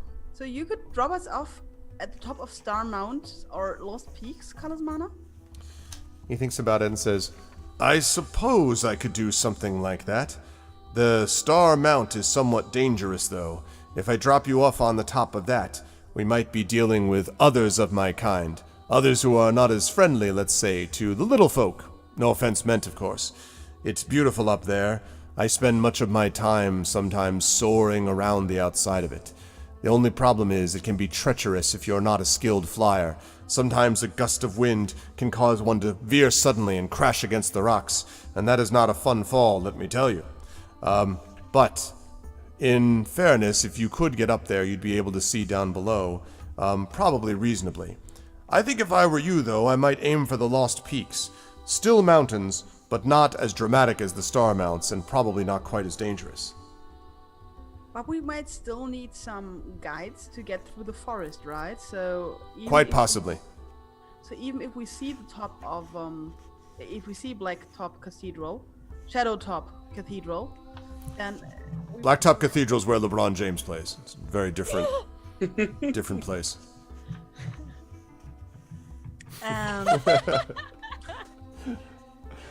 We might still not be able to get there because we're missing a guide. That's true. There are paths through the high forest that I know, but sometimes they can be treacherous and difficult. There are many good folk who live within the forest, elves and the like, but not all of them are benevolent, and the high forest is, as you know, enormous. So maybe then starting from Loudwater and getting a guide might still be a good idea? That seems like a reasonable suggestion, and I imagine I could take you to Loudwater as long as you're willing to take several trips. Assuming you can hold down the fort here as I take some of you, for example. Well, I mean, even if this takes like a day or two, it would still be much faster than us traveling for a week, I guess. Cheaper too. It's true. Very well. So Loudwater then, that's your choice? I look at the others. Sure. That makes it a lot easier. Urash continues to have his arms folded, like just continually shaking his head. Say nothing if you agree. Just keep your arms folded and nod if you agree with this. Okay. So he is going to take you then to Loudwater. Well, this seems like a good spot to welcome everybody as we are almost halfway through, and welcome everybody to D&D with GOG, Storm King's Thunder. This is our monthly session that we play here, featuring 4 wonderful players, Pyron J, Darksaber 2K, Screaming Joypad, who is not with us today, and Tasty Chai, all awesome role players and all really fun group that I have a lot of fun DMing for. If you like what you see and hear, please make sure to follow GOG with the hit that follow button right below the video window. If you're interested in doing more to support, please consider subscribing to the channel and getting some awesome emotes to use here and there across Twitch. It is the Go to Hell with DRM week, basically. Go to Hell with DRM day, I should say. And we are very happy to be able to be with you, bringing you this content. So if you like what you've seen here, please follow the channel, subscribe to the channel, and thank you. Okay. So, you were going to head to Loudwater. Now, as he said, he can't take all of you at the same time. So, what order do you want to go in? Like, who do you want to arrive first at Loudwater? Which people? He can probably take 2 at a time. Probably like the 2 horses and maybe someone on his back. Then 2, and then 2, if I counted that properly. Should be 5. Well, no. 4, I guess. So, 2 and 2. Plus the horse. So yeah, it probably will take him 2 trips to do it. So who of the 4 of you, which 2 are going to go on the first trip? I'll go in the advance party. Okay. Who else is joining him? I'll go with. There we go. Greta wants to stay with her pony. And Rush. Okay. Okay, then I'm going to stay with Pony and Urash. Okay. So he turns to you, he says, "All right, I'll be back in several hours, probably 4 or 5, I would guess, if all goes well. If you don't hear from me, then you'll need to consider at what point you need to try to come down and search for yourself. Hopefully there won't be a problem, but it is conceivable that it could happen. In the meantime, though, enjoy time with your pony. Also, just so you know," his voice lowers, he kind of lowers his head to you, and he says, "He really likes grass, if you're looking to feed him. I mean, that's the way to get in his good graces. Just you feed him grass, and he immediately, he's just like a kitten at that point, or like a kitten that I wouldn't eat. I mean, like something like that." Thank you for the hint. My pleasure. Tell me if you think about Urash while you were listening to that. Exactly. Urash continues to shake his head, like, you know, just disgustedly. Okay, so he takes off and heads directly to the southeast. Now, for this I need to grab my Sword Coast Adventurer's Guide. Give me 1 second. Just do the Monty Python music. Do, do, do, do, do, do, do, do, Yeah, do, exactly. do, do, do, do, do, do, do, do, do, do. Ah, coconuts. Have a coconut around when you I need don't one. have any coconuts.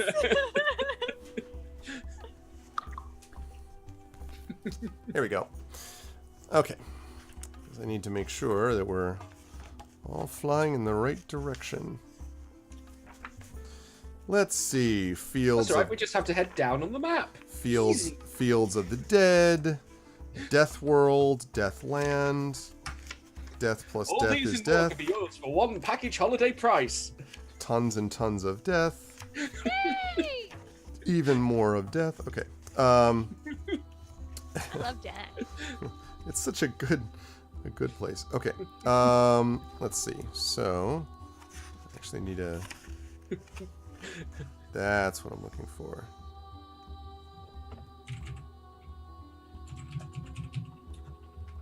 Okay. Right. So.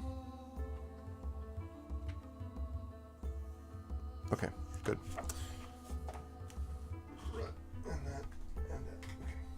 So, he takes off and begins to head to the southeast, and he passes over the high forest. Now, as he's traveling, he does kind of the tour guide thing of, as the wind is whistling past your ears.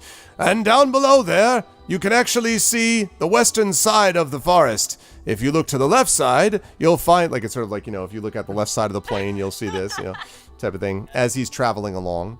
Yeah, exactly, Giblix. Over the high forest itself. Eventually, when you get to about here or so, looking off to your west, first of all, the light sun is not setting yet, but we're definitely in the afternoon now. And you can look over to this side, and you can actually see the sun starting to set on the other side, the side of it. But these peaks are pretty high, and they look ominous, kind of wreathed in cloud and also of shadow. And as you're flying by, he says, "That was the Star Mounts, a place that used to have a great deal of, good people that were there. There's still some, but now the place is treacherous and dangerous, and even the dragons do not respect the culture of dragons at times." He shakes his head and he says, "It's a shame." And he continues to head south a little bit further. And finally, as he's traveling along, you see that he's beginning to, or you can sort of sense that he's beginning to settle down, like basically beginning to drop lower and lower in the sky, and heading on towards Loudwater.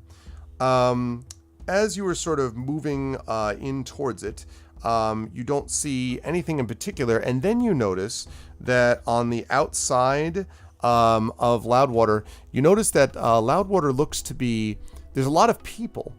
And as you get closer, you can actually see that a lot of people is not just a lot, it's a real lot. You see that Loudwater is crowded, and there is a huge trail of people, basically, that are coming from, let's see. Yeah, that are coming from this direction. So you can actually see that there is a whole, looks almost like a river of people that are coming into Loudwater, and you can see that there's lots of movement on the streets, lots of people in the streets. And Kalismana says, "What on earth? I don't understand what's going on. Loudwater is a sleepy little place, not that very large a population. This thing is big enough for them to populate Waterdeep again. What on earth are they doing?" Just to clarify, did it look like they were coming from the west edge, coming into Loudwater from the west side? East side. They looked like they were coming in from the east side, not the west side. Yep. Well, we did. Cloch had been attacked by stone giants. They could be refugees. And he says, "That seems logical. You can look down there and see there's some wagons with them too. But if these are refugees, does that mean that they destroyed the entire city?" And he shakes his head. "I don't know. Questions for answers. But the real question is whether or not I can fly in safely, or whether they're likely to react poorly to my existence." It would be prudent to set us down a ways, I think. because they might be perfectly willing to accept your explanation while you're there. And as soon as you're not there, they might have very pointed questions to ask us. I see. All right, then. I'll try to place you in the right spot. Let's see what I can do here. And so he kind of, carefully circles around, uses some of the cloud cover to, like, duck up into one of the clouds and, like, dodge below trees and things like that. And finally, he lands right in the middle of, or I shouldn't say right in the middle, but right near the top of Southwood. And Southwood, which you can see over here. Some people, some naturalists claim that Southwood is really a part of the High Forest. It's just that there's a wider gap than normal that basically separates the two parts. But most people who know the area will have told you that the High Forest and the Southwood are really nothing alike. The Southwood does not have any kind of the same has the same sorts of trees, same sorts of leaves, but nowhere near the same feeling of oppressiveness of what the High Forest has. So there are differences between the two ways that those things actually exist.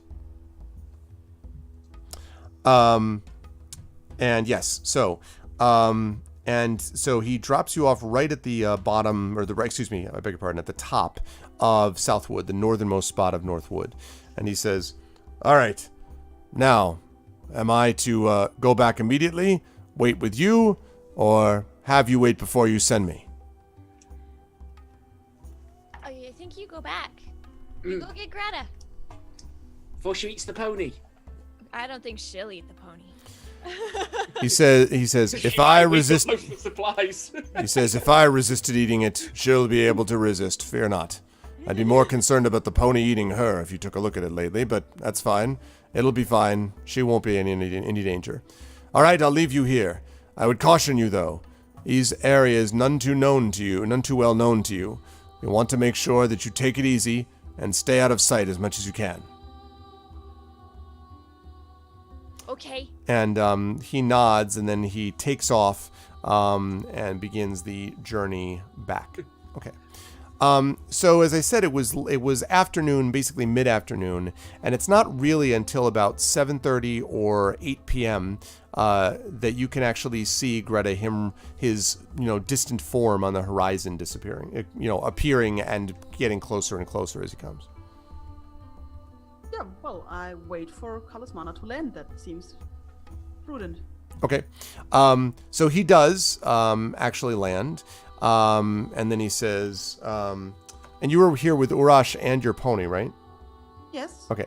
And he lands and he says, all right then, I've dropped off your companions. They're waiting in a relatively safe place near Loudwater. But there's something strange about it. It's absolutely packed with people. I've never seen this many people at never seen this many people before. And he looks up and kind of looks around at the surrounding area. And then he kind of blinks and he says, that's odd. Do you hear that sound? Do I hear that sound? Go ahead and make a perception check. Let's see if you do. Do I hear that sound? Let's see if you do. Boop. Yeah, River definitely does not. It's not that loud. Okay. I'm wondering actually if I should have Urash make a perception check for this too, since he is there. Can you roll for him, Saber, for me? Yeah, but I have no idea what modifiers he's got for it. Let me I see. think you can click on him. Yes, you can click on his sheet. No, you can't really. Okay. No, everyone's sheets I can. private. Let's see. He will have. Yeah, he's got +4 is what he's Plus got. 4. Yeah. Okay. Coming right up. That actually works. For some reason, Urash seems to be completely non-responsive this week. I don't know exactly why. Or It's like his heart's just not. yeah, he just doesn't seem to be really committed to this week, to actually speaking or being there. So he does not see anything. Greta, you think you catch the faintest sort of neighing, and in fact, your pony definitely hears it, and hears this kind of neighing in the distance. And the Kalismana says, Ah, see? I knew we'd find him eventually. And he says, that's your missing horse. Well, hello, missing horse. And the horse is not there yet, but he hears him in the distance. So he says, all right, should I go find him then? Get him and bring him back? Yeah, I think having more horses is a good thing. All right, then. I don't know whether I'll be able to carry all these things when we go back down to Loudwater, but we'll see what we can do. And he takes off and heads off in the direction of the neighing. And sure enough, he comes back within a few minutes, and he is holding a horse, which looks a little the worse for wear, maybe. Not, you know, as opposed to your other pony, which is well fed. This is maybe not quite as well fed. Like maybe it hasn't had enough food as of late. And he says, it was no problem. He was actually light as a feather. I mean, because I'm stronger, not because he's lighter or because he hasn't had food. I mean, that's not it. It's just, you know. It all evens out. It's fine. So he leaves him there. He says, all right, well, now we've got everything that was needed. We can take off immediately for Loudwater if you desire. Let's see. It'll be you, Urash. Now, I want to remember, actually, did you guys take the pony with the advanced scout, so to speak, or not? The pony stayed with Greta, right? Yeah. We didn't Okay. specify, so I'd assume Greta would want to stay with the So, pony. right. So the thing is, what Kalismana basically says is that he can't take a pony and a horse and Urash and Greta. So you're going to have to make a choice. He could probably carry one thing in his claws as long as he's maybe able to take a rest here and there. But carrying two is not, it's not like carrying, you know, bananas. Like these things are a little heavy, you know, Just have over long Urash distance. hold on to his tail. Great. Or just have him like a hood ornament, like on the front of the face. Just Yeah, like exactly. This is Greta's moment to have a ride on a rush. Exactly. Well, I think as the pony and I am clearly doing, you are asking me whether I'm going to leave the horse or Urash behind, right? Well, and he might be able to take another trip, but the question is what you're going to do on this trip. I mean, maybe it would be the fastest if actually I go with the pony and then Urash goes with the horse. Wouldn't that be like, Kalasmana? What would work best for you? If we split the weight between more or less equally between both trips. You could certainly do that if you like. So, damn it, I'm really sorry. I don't know what's going on with this thing. He says you could do that if you like. Or perhaps I could take you and Urash and, well, one of your horses, maybe the small one, and then come back for the horse and bring that. I don't know whether I'm wild about taking 3 trips in one day. I am, of course, a very fit dragon, and you kind of, you know, bends his back up and you see his muscles rippling along his side. But nonetheless, I'm not really built to be a taxi, you realize. I don't know how many more times I can go fly back and forth. However, I'm willing to take the extra trip. So you could go together with your companion and the pony, but the horse would have to come separately, I think. Or you could go with one mount and one rider. There's that too. Where did you drop off the others? Right outside of Loudwater, and as I said, I don't think I've ever seen that many people gathered in that village before. At least Celsig seems to believe that they're actually refugees. So I just, not to frighten them, I made sure that I stayed away from the town and dropped them off at the northern edge of the South Wood, below Loudwater. From there, it's up to them whether they wanted to enter Loudwater or wait for you to return. We will arrive late at night, right? By this point, I would say yeah, because he gets back to you probably by about 7 o'clock. Yeah, it's probably going to be about midnight by the time you get there. Okay, then I would say take Urash, me, and the pony, and then we're gonna meet again in the morning, so you can also have some rest before taking the horse. That sounds good. We'll just camp in the place or near the place where you drop us off. All right, that sounds like a choice. I like it. Let's do it. I'm ready to go whenever you are. Okay. I just have a look around the ruins so that we didn't leave anything behind, and then take a last bathroom trip, and off we go. Okay. He takes off and flies much in the same way. Now, I'm going to jump down to River and to Celsig as this back and forth is going. Hours are passing in the meantime, so I want to know what you folks are doing. Now, you are, River, you and Celsig are right here at the top of Southwood. I'll put a little mark, basically there, basically. Okay. And so you have a couple of choices in terms of whether you want to just stay camped out here or whether you want to try to head up and discover what's going on up in Loudwater. From where you are, you can look down from the sort of banks of the edges of the wood, and you can see down a hill and then over towards the river. You can see Loudwater, and even from here, you can hear some of the sounds of people, like, you know, it feels from here as if this village, this town, is not big enough to hold the number of people that are coming into it. I was planning to climb a tree, but that's kind of not needed now. Yeah, I mean, it's up to you what you folks want to do, but obviously you don't want to wander too far afield because they won't find you, but you could stay here or you could head into Loudwater. It's up to you. We've still got hours to kill yet, so... The question now, can I smell food? Let's have you make a perception check here. I'll have you do this at +2 insofar as it's been a little while since you've eaten. And if you succeed, roll for willpower. Yeah, exactly. Oh, crap!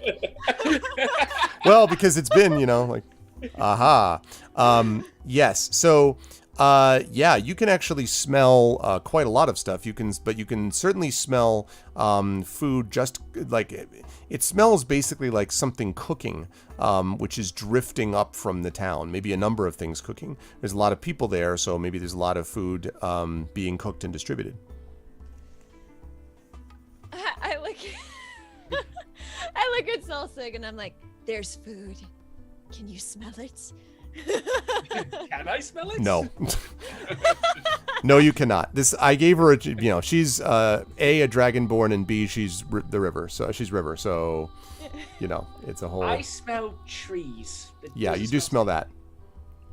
I think I will get the food. So I just start, and then as soon as I say that, I just start walking off. And I'm just standing there, like, about to reply to the like. I have this image of you walking forward, river, and then just like as you're starting to, because I told you it was like on the banks of a hill, then you just start running down, like frantically, like down the like towards the village. Oh man. I'm just like, I just sort of like. Are you following Celsing? Yeah. Okay. I can't leave river unattended. Okay. Get herself stolen or something. So you notice as you are going down, you see there's a lot of people, of course, and as you get closer and the noise begins to get louder, you can sort of feel yourself. It's a little bit hard to see, River, because for some reason your vision is frantically jarring all around, and then you realize it's because you're running at full bore, like full speed, like right down towards the place. But as you sort of are headed down there, you do notice that there are a lot of people coming in from different places. You notice that there's also a lot of boats on the river which passes by Loudwater. And you see one in particular bridge. All of the sort of entrances into this town seem to be largely occupied already. Like there's lots of people that are already there. But there's one exception to that. And that is that there's this one rather large and evidently empty arched stone bridge, which crosses literally over the river and leads into the town itself. And the gates are open, and there are two guards, or at least you think they are. You can just make them out. Two figures as you run frantically towards the town. Two figures that are standing on either ends of this open gate. Everything else around the city or around the town seems to be pretty much like just crawling with foot traffic, except for this one bridge, which seems open. Well, naturally, I head for the bridge, not really knowing any better, although I do slow down a little bit. Okay, so you slow down slightly. Now, Celsig, you have not been keeping up with River because you can't. So you see her pace start to slacken. You're taking basically, 4 steps for her every one, right? So just so you've just been like, right, sort of heading down. And as you're like frantically running down this area, you see that she kind of slows down, and then I would say just as we're going to fast forward slightly, as she's about to get to the bridge, you find yourself at the spot where she just was. So now you can see that the whole, again, the town is totally surrounded by people, except for this one open bridge that's arched that leads over the river into the city. And you can see the two, presumably guards, standing opposite it. You also see them starting to take a couple of steps forward, like walking towards the bridge, as you see River, Forrest Gumping it towards the bridge, basically. Right? Years from now, this will be called the invasion of Loudwater. Oh man. Yes, exactly. So it's so you basically see that. Now, River, as you get to the bridge, I just want to know. Now, the guards have not made any hostile moves. They are, however, moving towards the far end of the bridge. Are you just like continuing to charge onto the bridge? Do you stop just before the bridge? Do you what is your plan? Trying to think, what would River do? What I would do is very different from what River would do. I've come to learn. Yeah. Let's see. I'm assuming that the food smell is getting stronger. Yes, definitely. Now you can actually smell the delightful savors of sauces, meats, cheeses, potatoes. There's perhaps some root vegetables beyond the potatoes in there that you might smell. Slightly charbroiled on the steak, Oh, shh. Now I'm starting to think like River. Okay. Just get up and leave the room. We're having a chai. She's not here. Yeah. No, I had to go have some charbroiled steak. Yeah. So how foreboding do the guards look? The guards do not look foreboding. They definitely look curious, though, as to what the hell you're doing. They don't look foreboding. And the bridge looks normal. Okay. Other than arched. And I slow down enough to be like walking with purpose, but still walking quickly. But like I'm not totally trying to run past them, like I'm trying to get away with something. Got it. So, but I am still like headed right for the bridge. Okay. So you get as you get onto the bridge and you slow down and you begin to walk over it. There is suddenly this splashing sound from below you, from not you, River, but the river below you. And suddenly this fish comes flying out of the water directly at your face. So I need you to make a dexterity saving throw for me, please. We're going to see if you get out of the way. Oh, yeah, right, though.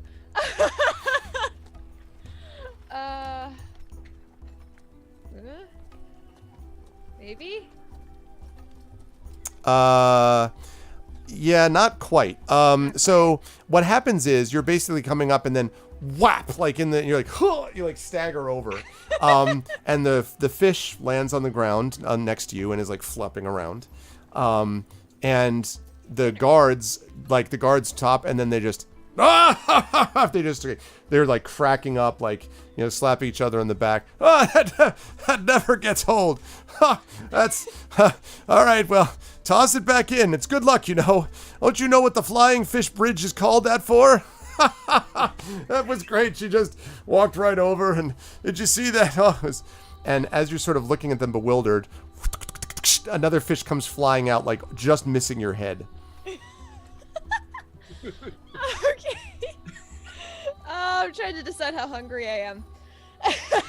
Because there's a fish at my feet. It's true. They seem to be waiting for you to toss it back into the river.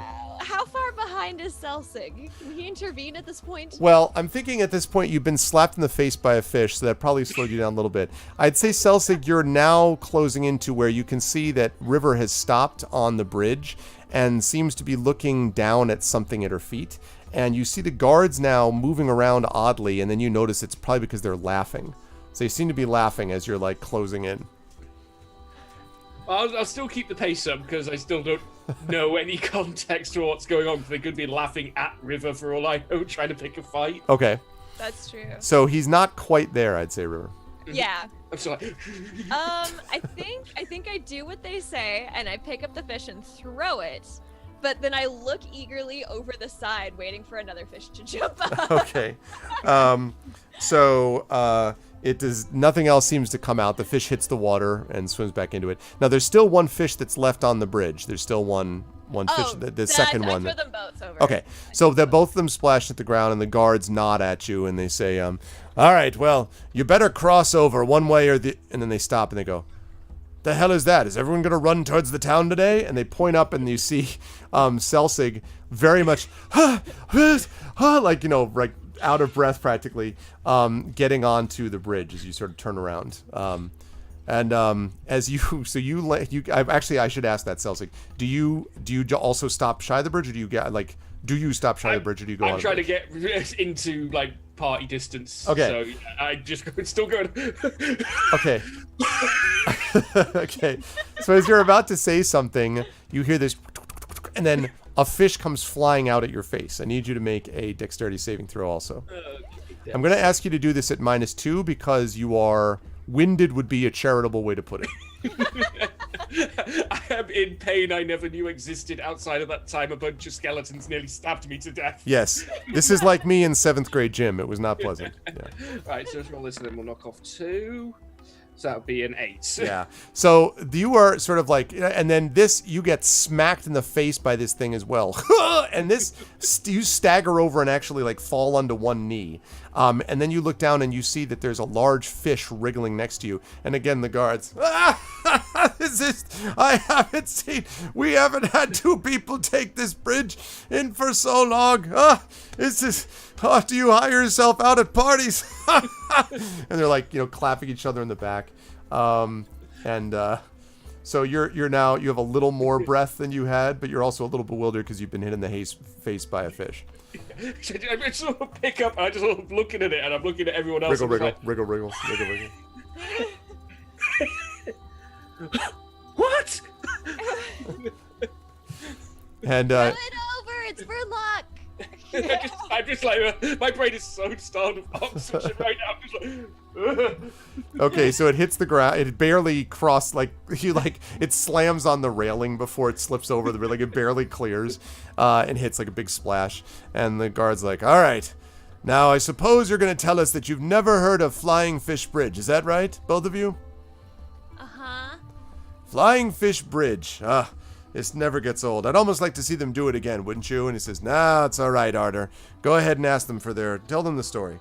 Well, we call it the Flying Fish Bridge because you see, a long time ago there were these wards that were placed on the overpass to preserve it, to keep it from falling down, and indeed it never has fallen down. The problem was that whoever did the magic, I guess, didn't really know what they were doing, and so they made it that the bridge would never fall down, but neither would everything would fall up, basically. Nothing would fall down, everything would fall up, including the fish. So when they swim underneath the bridge, they go upwards, sometimes right over the bridge. And now for the first time, you notice that there's like this smacking sound, and you realize that must be the sound of fish impacting on the bottom side of the bridge below you. Just like whap, whap, whap, whap, like below. And they say, yes, and occasionally one of them, and then he ducks as a fish goes flying over his head, comes over the bridge itself. But it's considered good luck to throw one in the river. Been a long time, though, since anyone's been smacked in the face by it. That's a new one on me. You're not really supposed to go this way. We don't really want anyone being smacked by fish. What's your business here in Loudwater? I just had a brilliant idea for automatic tuna. Very nice. I was hungry.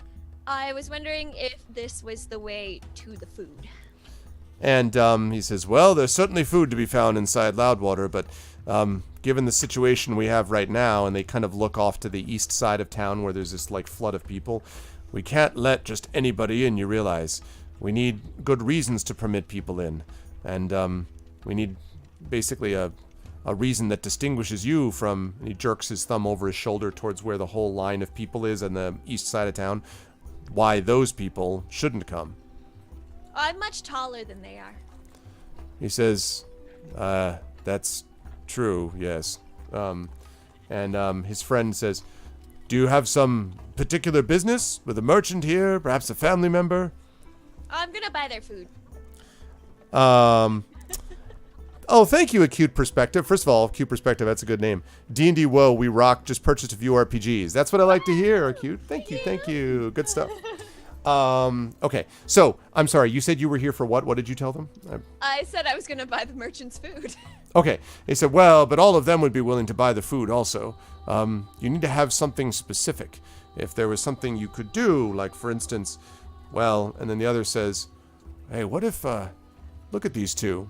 And they sort of look you up and down and they say, are you the adventuring type? I look at Celsig. And I look back up and I'm like, yes. And they say, you see, the reason is we're having a spot of trouble with, well, it's not for me to say. It's really the High Lord's business.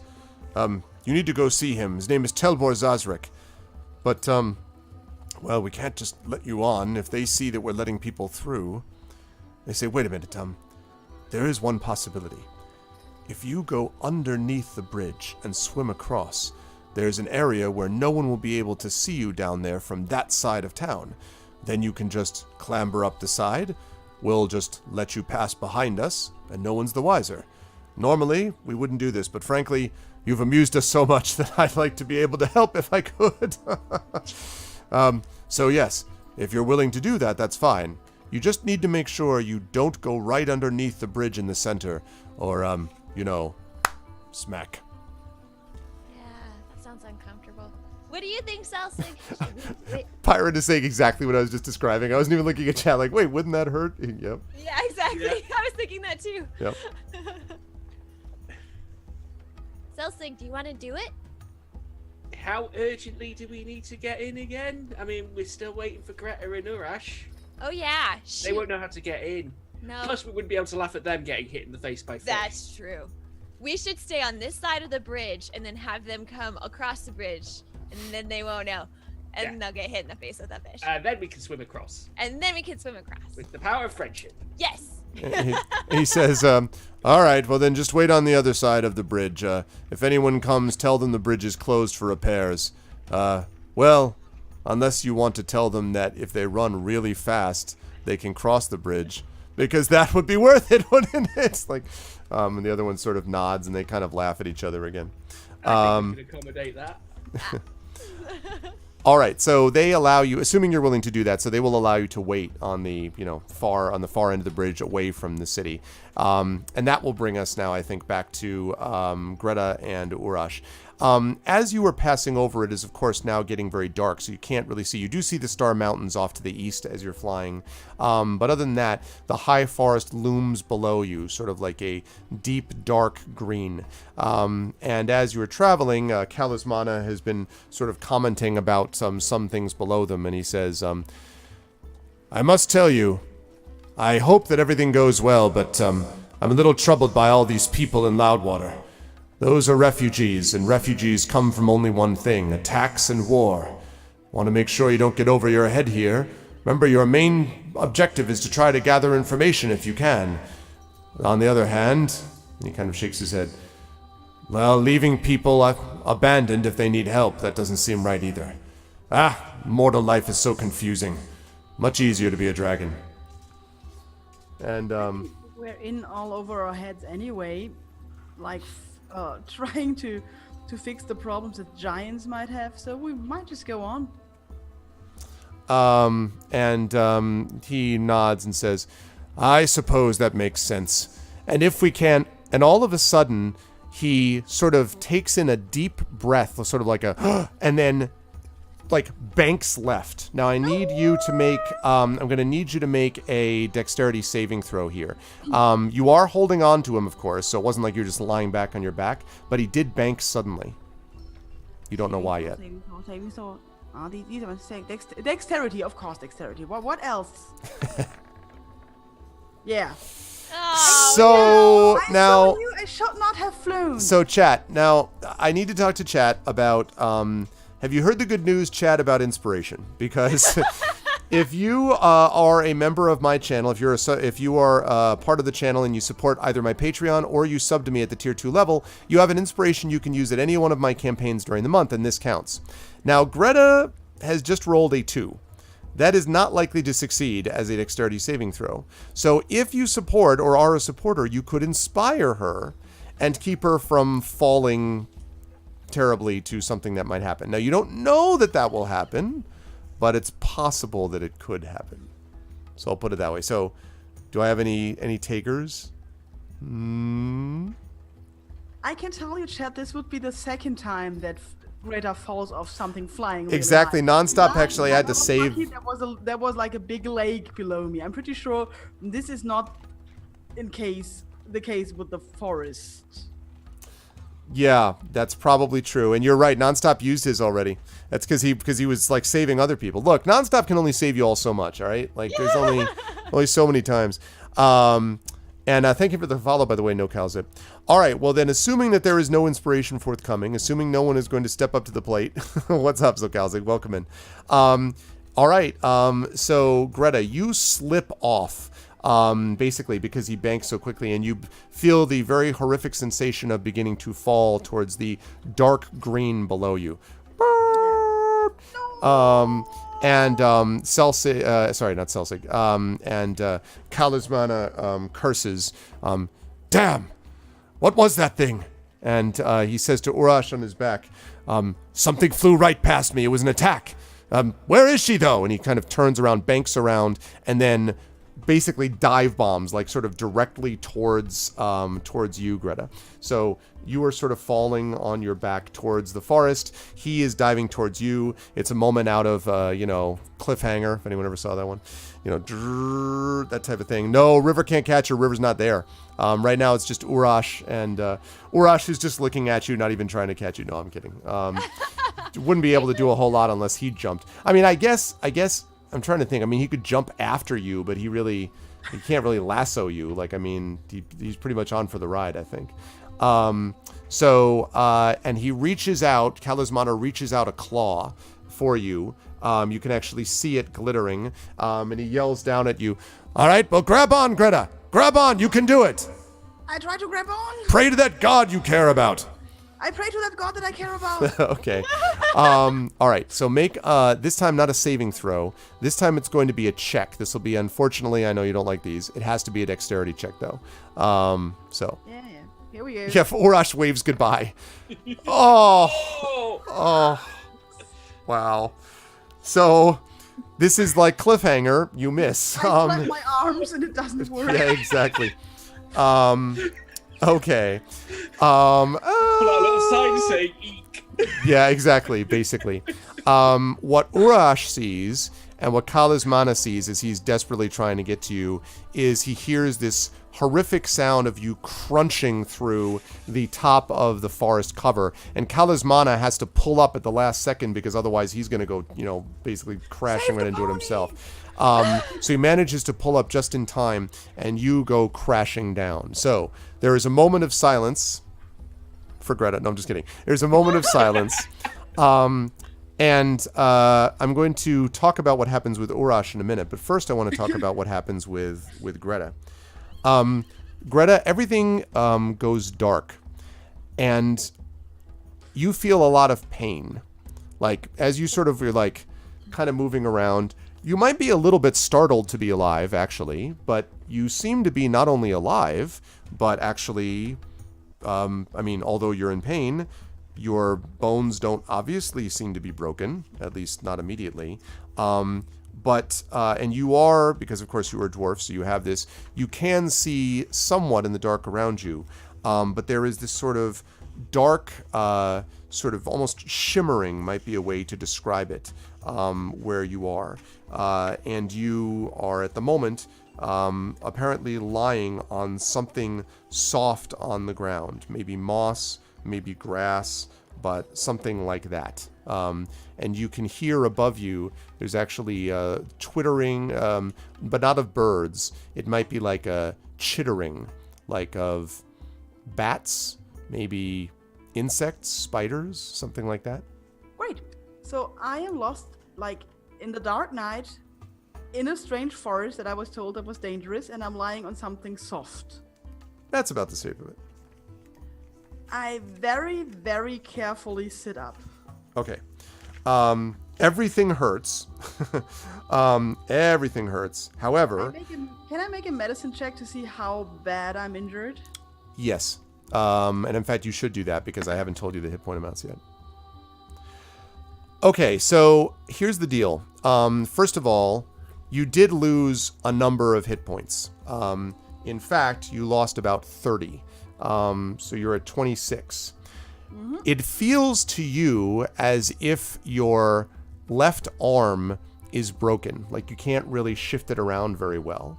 The rest of your body, although bruised and battered, seems to be in decent shape. Like your legs feel like they're not broken. You feel like you could move. I need to point out that there's no way you should have been able to survive that at all. Like that should have just killed you outright.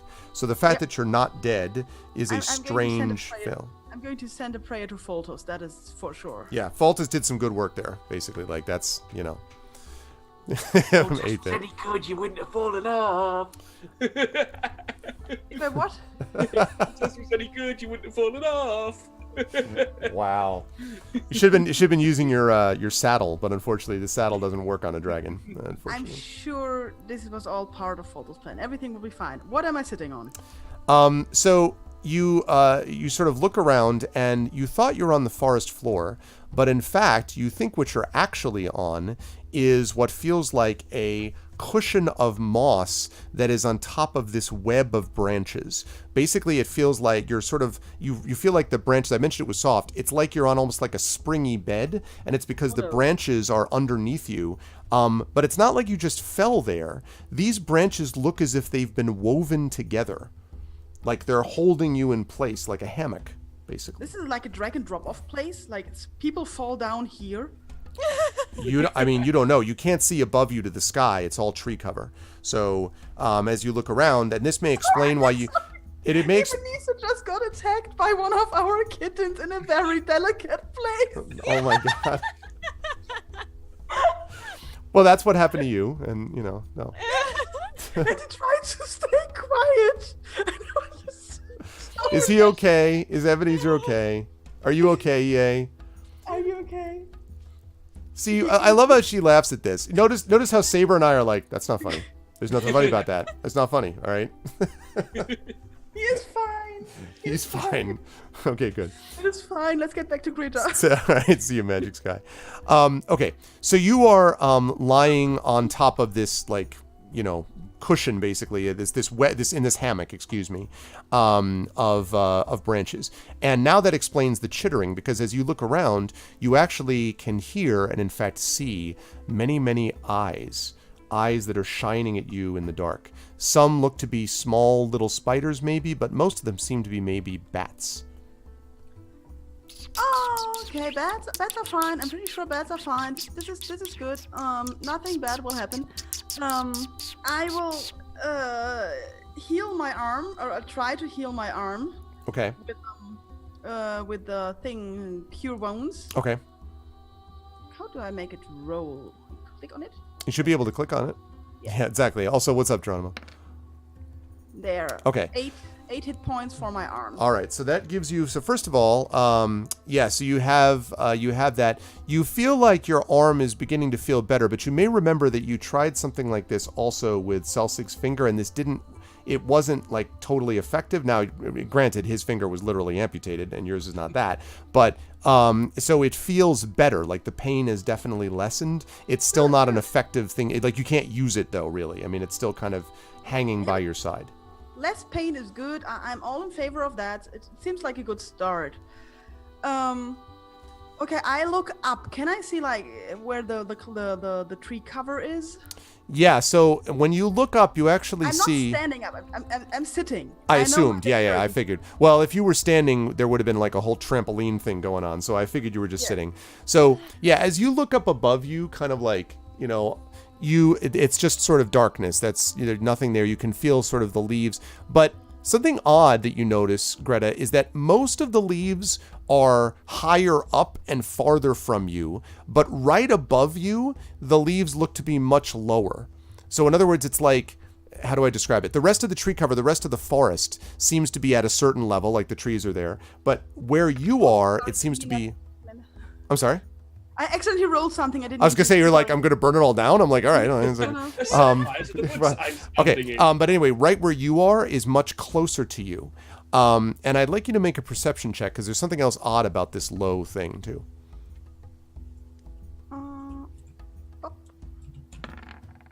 It's dark. It is dark. Okay.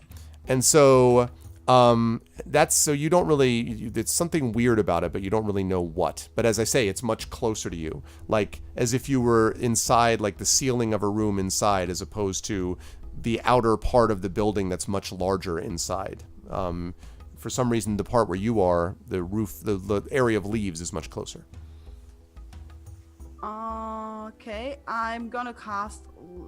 Do I have any equipment with me, or did I lose something? Because No, you've got all the stuff that was on you, I would say. The only thing you obviously don't have your pony. I guess I don't have my pony, I don't my saddle, my cloth bag. All of that will hopefully stay on the dragon. That is true. I would say though that you do have your backpack, because probably that would be, you're not just going to hook it onto his scales. You would have to put that. So you still have, I would say, your weapons and equipment, but not your saddle and not your pony. Okay, I'm going to cast light on my mace then. So okay, so you do that, and as you hold it up, first of all, there is this. Let me see if I can do this sound effect. There is.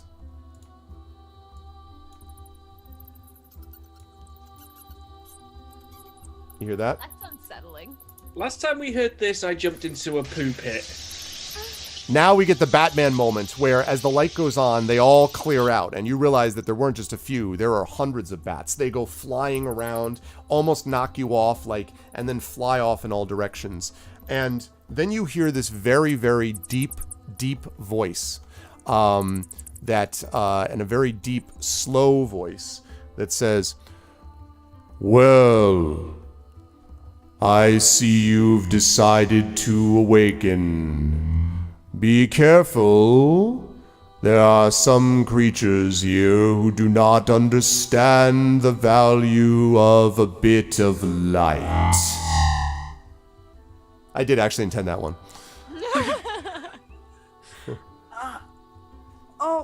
Okay. Thank you for the warning. It's my pleasure. Okay. I would like to know to whom I'm speaking. Before we go on, it's helpful to know names. Now, this voice, by the way, sounds as much, I don't know if you've ever put your hand onto a speaker when it was playing loud music, or anything like that, and you feel the vibrations. That's what it feels like. It feels like this voice is coming almost through your feet, like it's or through your I guess I should say through your butt, really, because it's like coming up from where you're sitting and sort of rattling up your body as you hear it. My name is Greta Goldenfire. Who do I have the pleasure of speaking with? Greta Goldenfire. Interesting. I've not heard a name that short in many centuries. My name is Quadrilasalo Checobarca Telefonita Ruchicala Santambena. And this goes on for at least a good minute. Chesala Fachipa da da da da da da da da, on and on and on. And he gets to the end of this after it takes about a minute and a half, and then he says, "But you can call me Quick Bark for short. I'm called that because I speak too quickly, I'm told. I am still very young, you see, only several hundred years." Okay, well, nice to meet you, Quick Bark. And I look around to see if I can somehow find out who is speaking or where is speaking or something. You don't see anything obvious around you. No, he's not Diego Maradona. No. Sets forest on fire. Exactly. Let's see. So so you're just looking around, right? To see, you haven't asked him. You just said who am I speaking to, but you haven't said where are you, right? I just want to make sure. Okay. Yeah. So as you're looking around, you don't see him. The voice again is kind of from all around you. The only thing you know for sure is that there's definitely this feeling that the voice is coming up through your body in some way, like vibrating and rattling up from the hammock of branches that you're on up through your body. Okay. quick bark. I can't really see you. Where are you? He says, "Where am I, you say? Strange creatures. I am where I've always been, right here. Oh, perhaps you mean that you are too small to see me, is that it?" At this point, I can't rule that out. "Very well. Forgive me. I sometimes forget that others may not understand. It has been long since I have seen one of the smaller people." I hear that often. And he says, "Unfortunate. It is what is inside that matters most. The sap of the tree, not the bark of the outside, that matters. However, you've asked me a question. And here," and then you begin to feel yourself being lifted up, and you realize that the branches themselves are not a hammock. They are, in fact, two interlinked wooden hands. And lifting you above the tree cover into the air is this creature. And you turn around to see, you're staring at this being with essentially looks like a living tree. It has eyebrows that are made of leaves, and it has a nose that has this like big sort of branch for a nose, and it has leaves outlining its mouth.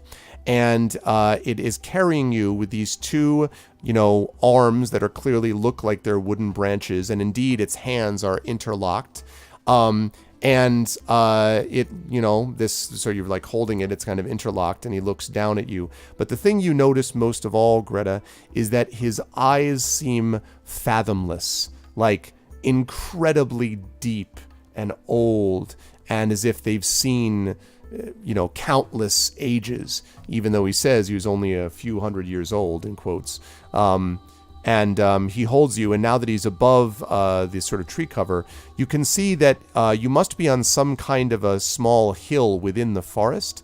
Nonetheless, this creature that's holding you must be a good 40 to 50 feet tall, and is holding you above the rest of the tree cover, and you sort of blink in the light of the moon and stars on the top of the forest cover.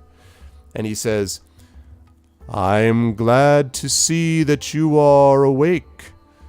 I was not sure that you would survive. You little ones are so fragile." Did you catch me? And he stops and goes, "In a manner of speaking, I think I was, how would you call it, a pillow that you happened to land on. You hit the top of my branches when I was just beginning my nap. It had only been several years since I had fallen asleep, and then you fell right on my head, as it were." Well, thank you for saving my life then. "It's all right, but I must admit that if I were a more hasty person, I would be rather annoyed that you fell into my forest without leave. That seems not at all what I remember from the little people of the mountains. You always were said to be more sensible. Why would you decide to dive bomb my forest?" Oh, I accidentally fell off a dragon. And he just blinks at you several times. "A dragon? Yeah, Why would you fall from a dragon?" he did a sudden turn and I couldn't hold on and then I fell off. This dragon seems to have been careless, then. I don't know. I don't know why he banged so suddenly. So I hope he is all right because a friend of mine is still on him. Well, and he kind of turns around, and you can see now that if you're judging things properly, you are probably about, Greta, let me show you the place. You're probably about here. Here. Oh, okay. So you don't have, obviously you're far beyond where you can see, Loudwater. You can definitely see these mountains, though, kind of peeking up now in, the moonlight. And beyond that, you can see what you think are another set of mountains off in the distance here. But again, this is just a judgment based upon where everything else is around you. And you feel the sort of breeze on your face as he's kind of holding you up there. And he says, I don't see any dragons now, but there are some that come by. You're welcome to wait for yours, I suppose. That might be a good idea. Do you know this forest well? And he pauses, he says, Such strange questions. I know this forest because I am this forest, you might say. Okay. It is me and I am it. Do you know where we can find Shadowtop Cathedral? Shadowtop Cathedral. I don't know if I have heard of that name, but... And he sort of stops as if he's... Even when he stops talking, he doesn't really stop. He's just kind of humming low to himself. So he's... And you can't tell if it's singing something or if it's just sort of the way he is. And then he says, yes, you mean the place near the Shadowtop trees. Yes, indeed. I do know this place. What do you wish there, I wonder? We're seeking knowledge.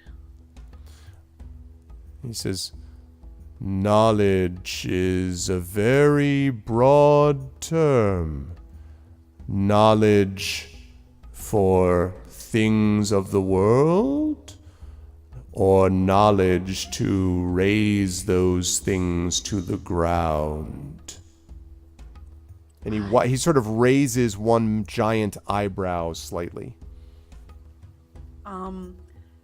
I hope knowledge to protect the world and the small people in it.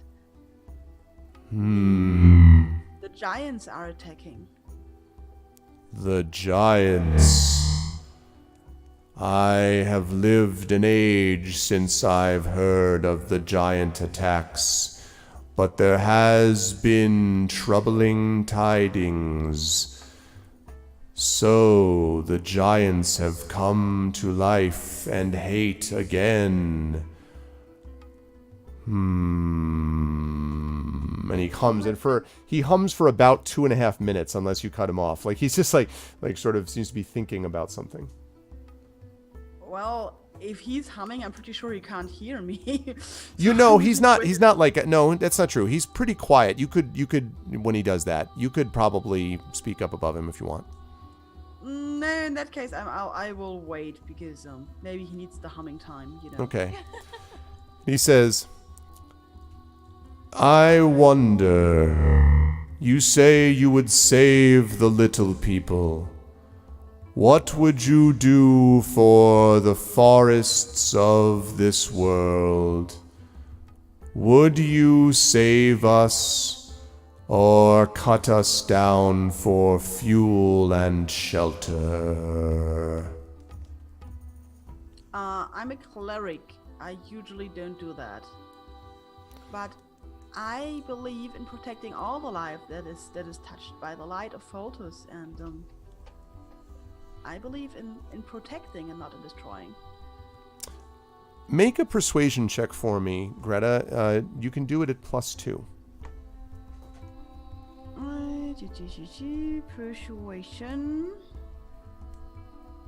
Okay, I will just roll it and then we can add 2. Okay.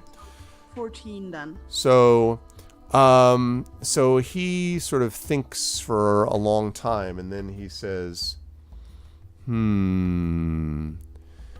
Is there a way you can prove to me that the giants are attacking? For the knowledge of the forest is sacred and must not be shared with those who would destroy it.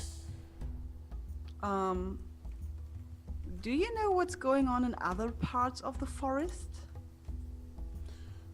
I travel from one end of this forest to the other, but not beyond. And as I said, I was about to take a nice nap. Just 20 years or so.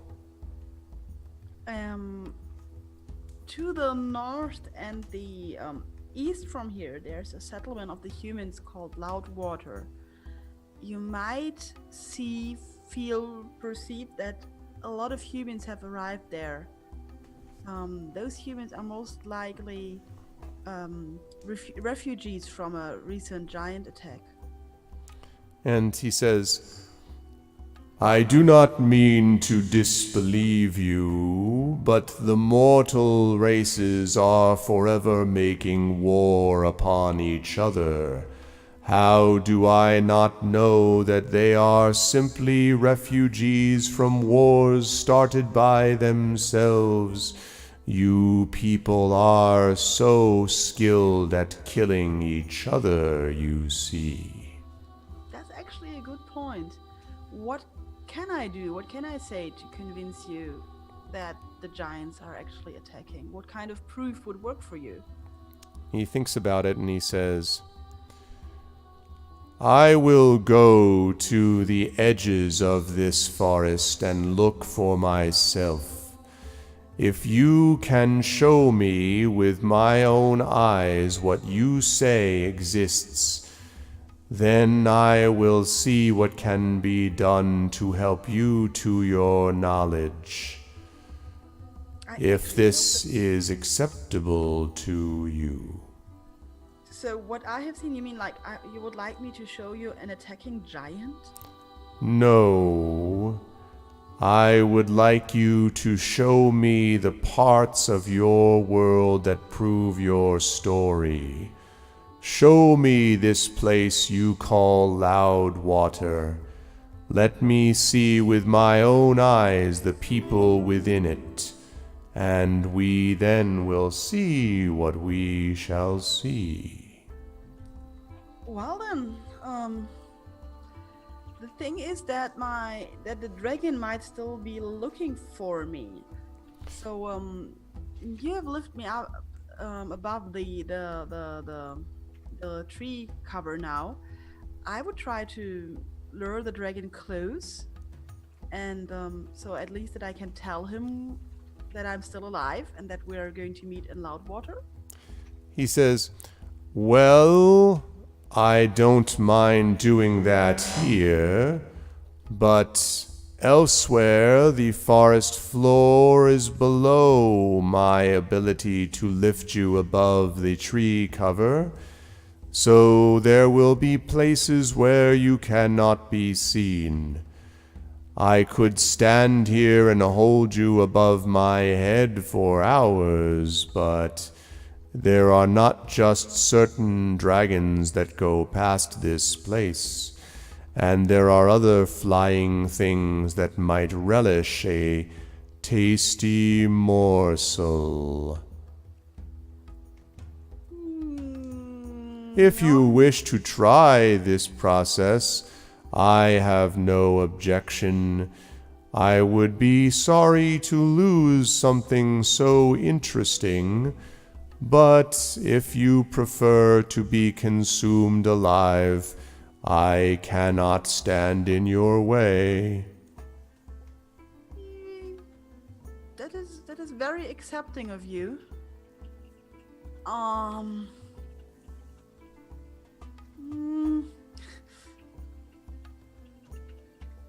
trying to. Rita remembers that Kalismana said might not be friend with all the other dragons coming around here, and we are actually not that far away from the Star Mountains.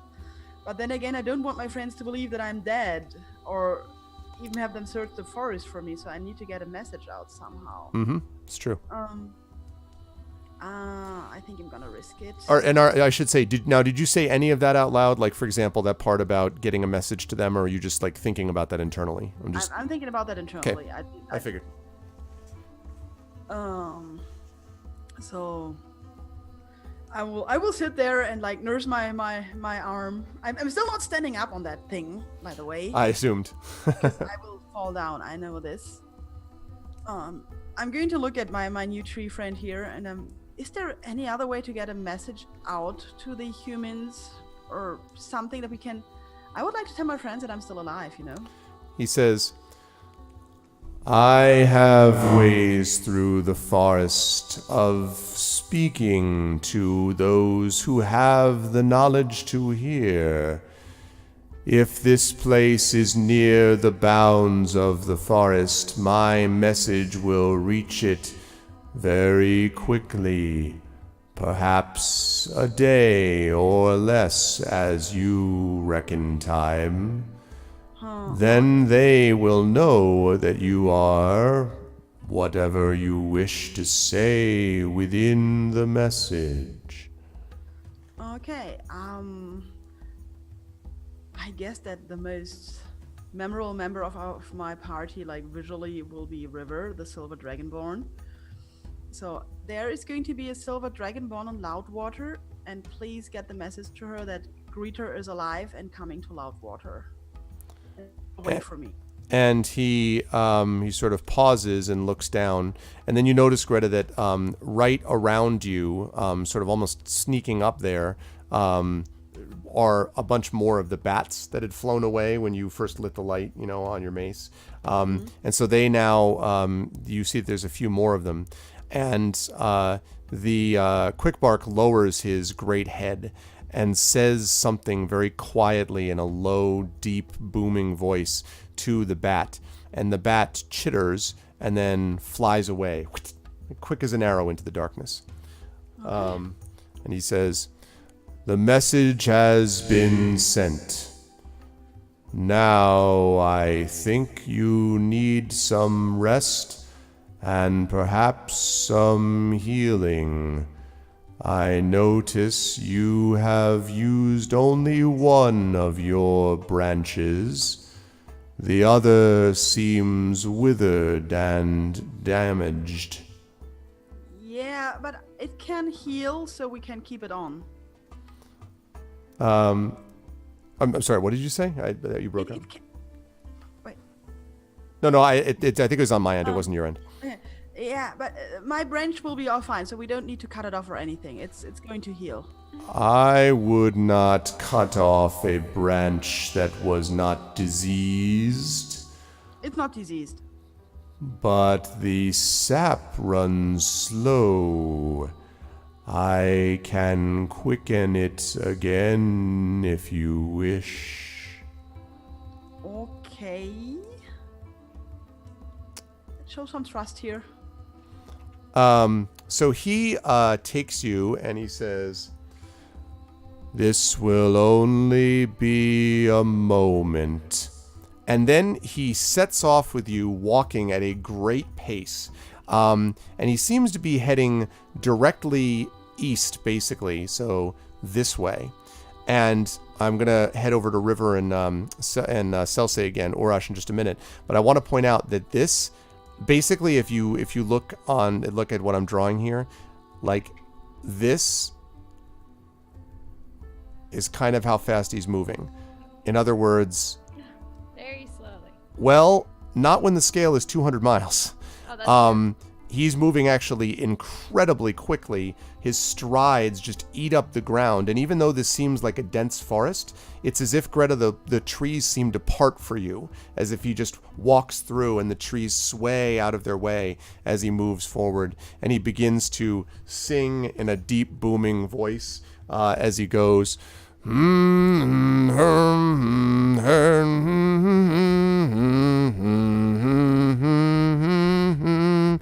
Oh, and his voice echoes loudly through the forest as he travels. I will leave Greta in the capable hands of Quickbark for just a moment, and I will jump over to Selsig and River. So you have been sitting on the edge of the bridge for some time, trading stories about being slapped in faces with fishes and things like this. When you see sort of up the hill, you see something for just a moment, kind of moving. And actually, I'd like you both to make a perception check to see if you can see that more carefully or more closely. 26 too? Wow, I think that's pretty damn good. What are you at? Upgraded skills. Let's see what you get, River. Let's just say that he got it. I don't know. Okay, that's not bad. River, you can see one area of the forest that, like above, the bank of the South Wood, you're at the bottom, that seems to be moving. But Selsig, it's definitely not just moving. Something is shaking this thing back and forth. And I mean shaking a tree back and forth. As if trying to get your attention. I nudge River. There's an entire tree shaking over there. They're not supposed to do that. No, not unprompted. No. No, I think even if we threw Urash at a tree, Urash would lose. Yeah, I think so. Why is it doing that? What do we do? I don't know, but I'm pretty sure that dragon's at Greta, so we should probably go and... Oh, that's right. Maybe it's Greta. Yeah, he was fatted in. It was all his plan all along. That's good. Greta wasn't going to let him have the pony, so he's leaving Greta, and he's got the pony all to himself. Exactly. All right, so you heading up the hill? Yeah. Okay. So you head up the hill towards this rapidly moving, tree. And as you get to the top, you actually are sort of looking at the edge of the forest, and you can see where it was shaking. It doesn't seem to be shaking now. Like, it just seems to be normal, just tree, just sitting there. I prod it suspiciously. Okay. As you do so, a large hand comes out from behind the tree and grabs you and like pulls you inside.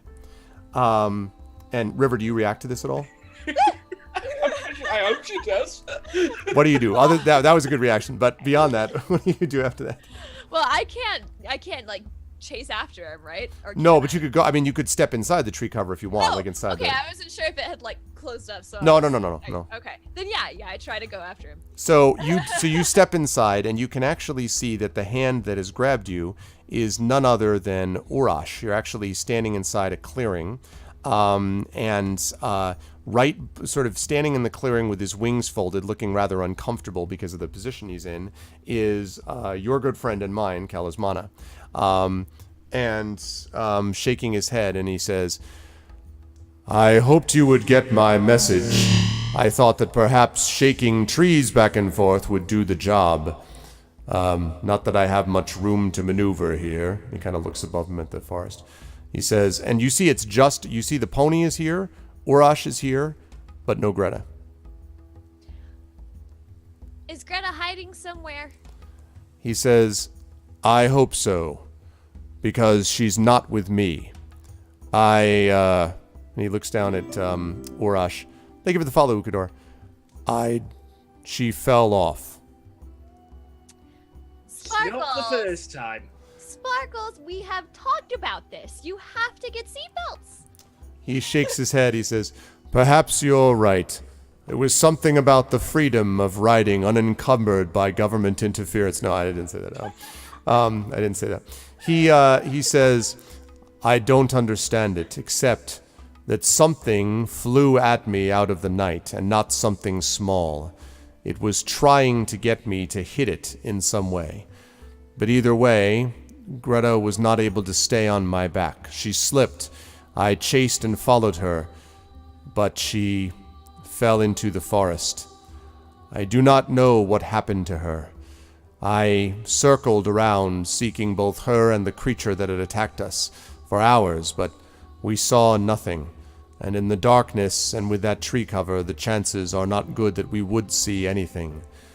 I do not know, but from that distance, and he kind of shakes his head, I don't know whether she... Anyway, I don't know, but clearly she's not with us. But I don't know where to tell you to begin to look. I can estimate where she fell, but it was in the middle of the high forest. She's lost somewhere in that gloom.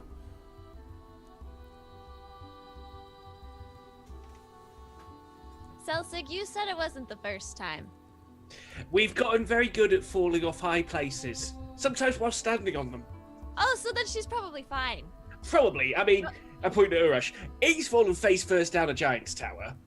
Greta's fallen out of the sky into the ocean. And at one point, I'm pretty sure she blew up a tower we were standing on. Oh. 15, 20 feet, I think, but not hundreds. Yes? He says, Sparkles, we're being optimistic now. He nods. I appreciate your optimism as always, River. I feel terrible that this happened, but I expected nothing. Yes, sometimes there are rival dragons, but that was no dragon that challenged me or that flew at me. In fact, if I did not know better, I'd say that it was deliberate. They were trying to make me throw my riders, and in this case, sadly, they succeeded. I mean, only halfway. Urash got here. At this point, you all notice that you hear a chittering sound, and in the branches above you, River and Selsig, you both notice that there is a bat, wings folded, looking down at you. Oh, hi! And the bat goes... Uh-huh. I don't know what he's saying. Yeah, I was gonna say, like, the Talisman is like, I was about to be quite impressed. And he says, so, a bat and the high forest. Can you make out what it's saying, Selsig?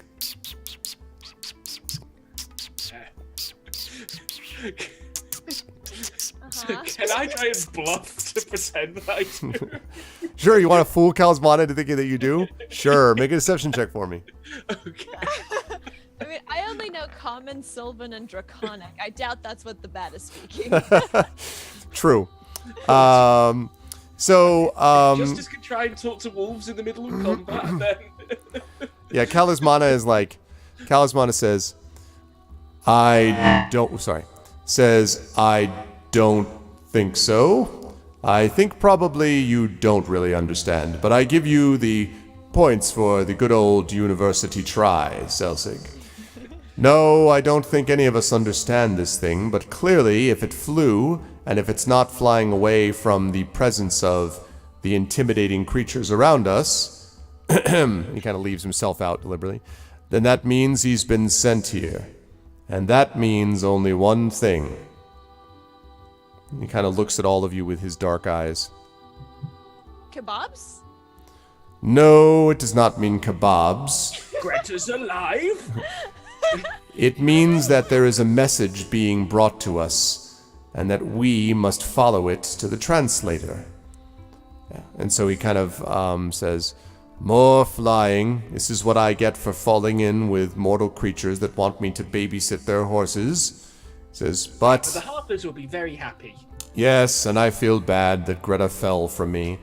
That's the first time in a long time I've had a rider fall from my back on purpose, without it being intentional.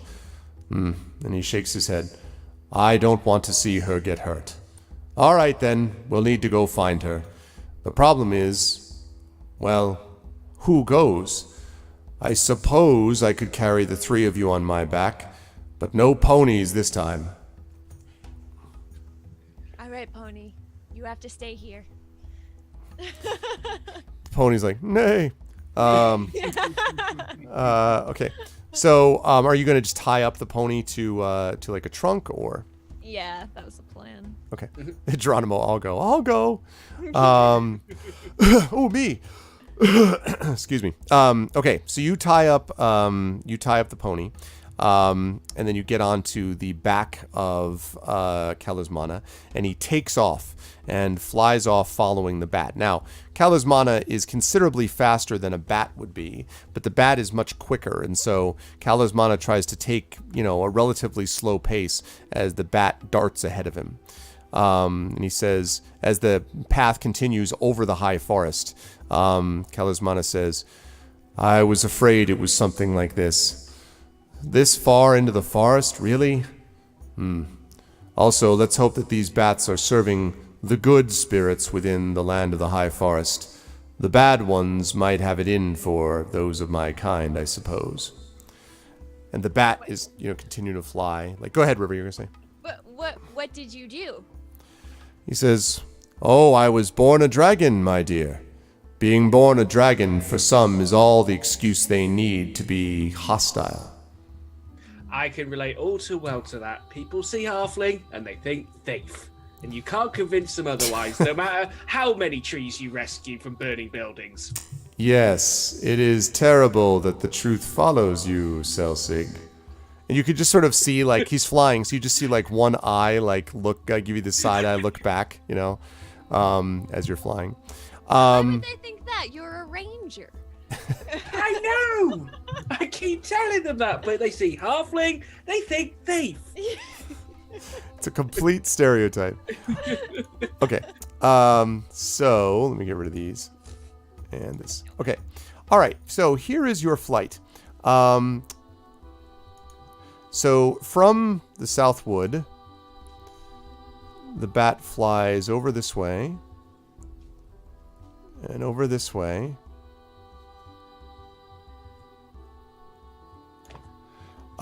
towards that spot. In the meantime, as I have previously stated, Greta is going this way. And I will jump back here. Oh, actually, no, I won't jump back to you. As the bat sort of is flying, it then begins to dart downwards towards the tree cover. And Kalismana says, here we are again. I suppose I'm supposed to just dive through the top of the forest, am I? And the bat, of course, does not respond.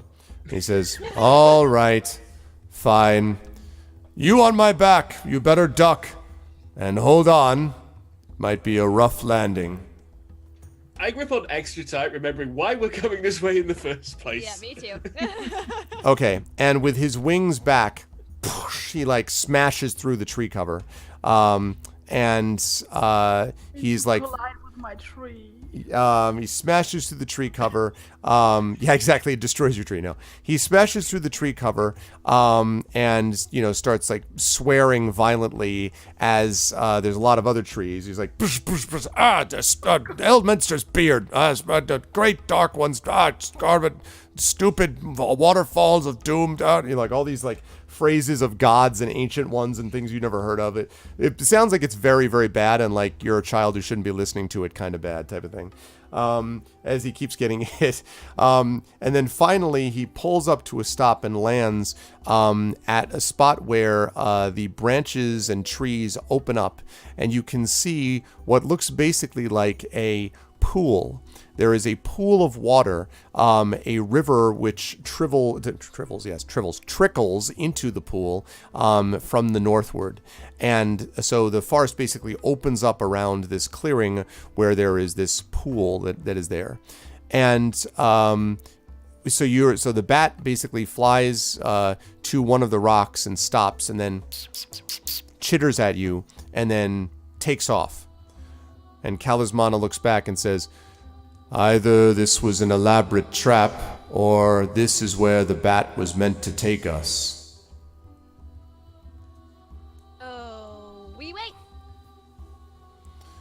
And he sort of looks around him and says, I don't understand this as a meeting place. Do you see anything that I do not? Do we? I look around. Yeah, question mark. Go ahead and make a perception check. I'll give you a benefit to this roll if you can tell me what kinds of things you're looking for, other than just your friend. I know that, but like, sign, like what kind of signs, symbols, that sort of thing. Movement, hearing something weird going on that wouldn't belong in a forest. Okay. Breathing fire, perhaps. Okay. So add have you roll each. Add 1 to your roll, please. Okay. Whoa! Whoa! Wow. Okay. I can hear the trees growing. Good. Actually, wait. Both of you critically hit. Yes. Wow. You guys are like both of you are the one, like just Matrix. Like the forest is just ones and zeros. Like you see everything. Good God. That was. I don't think I've ever seen that. I don't think I've ever seen a double critical hit from 2 different people. On that. Wow. They really want to find me. Yeah, we do. Yeah, that's right. Yeah, we've got no healer. So you actually see in one side of this clearing, you can see that in one side of the pool, something seems to be sort of lazily, there's some movement basically, like there's something moving around in the pool. And you can also see this enormous tree kind of in an odd spot right above that place in the pool. Like, as I told you, there's trees all around, right? But then there's a clearing, and then it's like random huge tree, like right next to the pool. That tree, though. Am I right? Yeah? That is the most suspicious tree I have seen in a very long time. Right? Talismana shakes his head. I think I know what kind of tree this is, but go on, you two. I will do what I can from here. You have a care, though. Thanks, Eric. Okay, bye, Sparkles. They just head off toward the tree. Okay. Celsi, you following, or? Yeah. Okay. I just wanted to turn around and say, you are waiting for us, right? Because I have no idea where we are. Greta, your world right now is very calm. You feel like you're just floating on Fultus's love. Everything is very peaceful. Every so often you hear slight kind of, ripples against the ears. And then you hear, I'm going right to that tree, in a voice that sounds very much like a familiar figure to you, but it's almost dreamlike. You're like, wait, I'm in a dream. Like, what is that? But it sort of tickles a part of your mind. Like there's something... Yeah, I need to figure this out. I will ask, but why would you do that? Are you asking the dream? Apparently somebody wants to walk to a tree. This sounds like a very strange thing, so I should ask back. So why would you do that? So you hear, River, why would you do that? And a voice sounds very familiar to you. I don't know. What's happening? Did you hear that, Celsic? Did I? Did you? I would say you kind of heard something, and especially when she says, did you hear that? You're like, oh, yeah. Greta, you hear something say, did you hear that? What? Celsic, you heard that for sure. You heard something say what? Coming from the pool. Hello? You heard a hello, and that sounds like a familiar voice too, but a very different kind of familiar voice, Greta. Yeah, but why would Celsic say hello to me? I should just sleep. Okay. Did you say that aloud? No. Okay. So there's no response, Celsic. Oh, well, let's go. That's done. I mean, I don't know. Like, hello! I'd like yell really You hear loud. a very loud hello, Greta. This is strange. Everybody's yelling hello. I will just do it as well. Maybe this is a thing right now. Hello. So you hear hello, hello. Hello, hello. You all say you hear hellos. I yell, is it me you're looking for? You have to respond, I can see it in your eyes. Okay. So as you were all going over, you finally see the source of this. Celsig and River, you can see that Greta is actually in the pool, She looks as if she had been hurt, but she seems very peaceful, like maybe she's asleep. And as you sort of you say hello, she says hello, you catch sight of her, you're like, oh, Kalismana says, oh, and then from above you, Selsig and River, you hear this very deep, even deeper than Kalismana's voice saying, well, hello to you too. Not that I'm annoyed, but I also am here, you know. Well, I do now. The tree. The tree's talking. That's not normal. And the tree, you see that indeed this enormous thing bends down its head over the two of you and says, well, well, more of the little people. I see you got our message. Welcome to the High Forest. My name is Quickbark, and this is my home. Hi! And that, I think, is where we will call an end to the session for today. Having discovered Greta lying in a pool, Selsig, Urash, and River having found her inside the middle of the high forest with a dragon and a massive big tree thing. Pretty much a standard Tuesday, I'd say. Yeah. And it pretty much kind of fits the description. Good stuff, folks. It is 5 minutes of, so we do need to wrap up for the next folks that are here. Time flies when you're having fun. I will start, as I usually do, with River. River, fun times today. I was enjoying watching Crossing Bridges with Flying Fish today. This was a good time. Yeah, sounds like your average Tuesday, Aaron Donnell. But how did you feel about today, River, and where will the fine folks... River, I called you River again. Chai. Tasty Chai, who's playing River, who's not her character. But see, it just shows you. She just inhabits the character that well. Chai, it was good stuff today, Chai. Where will the fine people see you next, and what did you think about today? Oh my gosh, I thought it was so much fun. I loved getting slapped in the face with a fish. I seriously thought it was gonna be like horrible tentacle monster was gonna like rip me off the bridge and throw me into the ocean or whatever. No, it was way funnier than that. As for when the fine people will see me next, I will be streaming on my personal channel on Friday. We will be continuing Pillars of Eternity 2 Deadfire because I have to beat it eventually. And then otherwise on GOG, I will be here on Sunday playing an as yet determined Queen. Don't know yet. Awesome. I look forward to that. And yeah, I've seen that you've been doing a lot of Pillars of Eternity, and it like the two, and it just keeps going. Keep going. Yep. This is like The Witcher, the same way. Witcher 3, it never ends. Anyway, but it was great stuff today as always, Chai. I'm looking forward to next month's session already, and definitely you should check Chai out because she is very awesome. Tasty Chai on Twitch.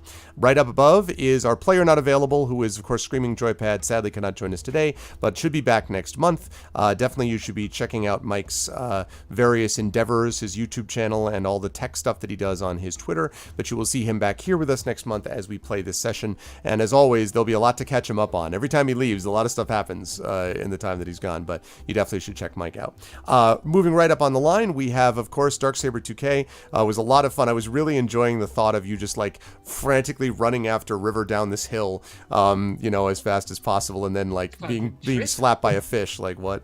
How'd you feel about today, and where will the fine people see you next? It was good fun. I think we made the best of it with Screaming Joypad not being able to join us.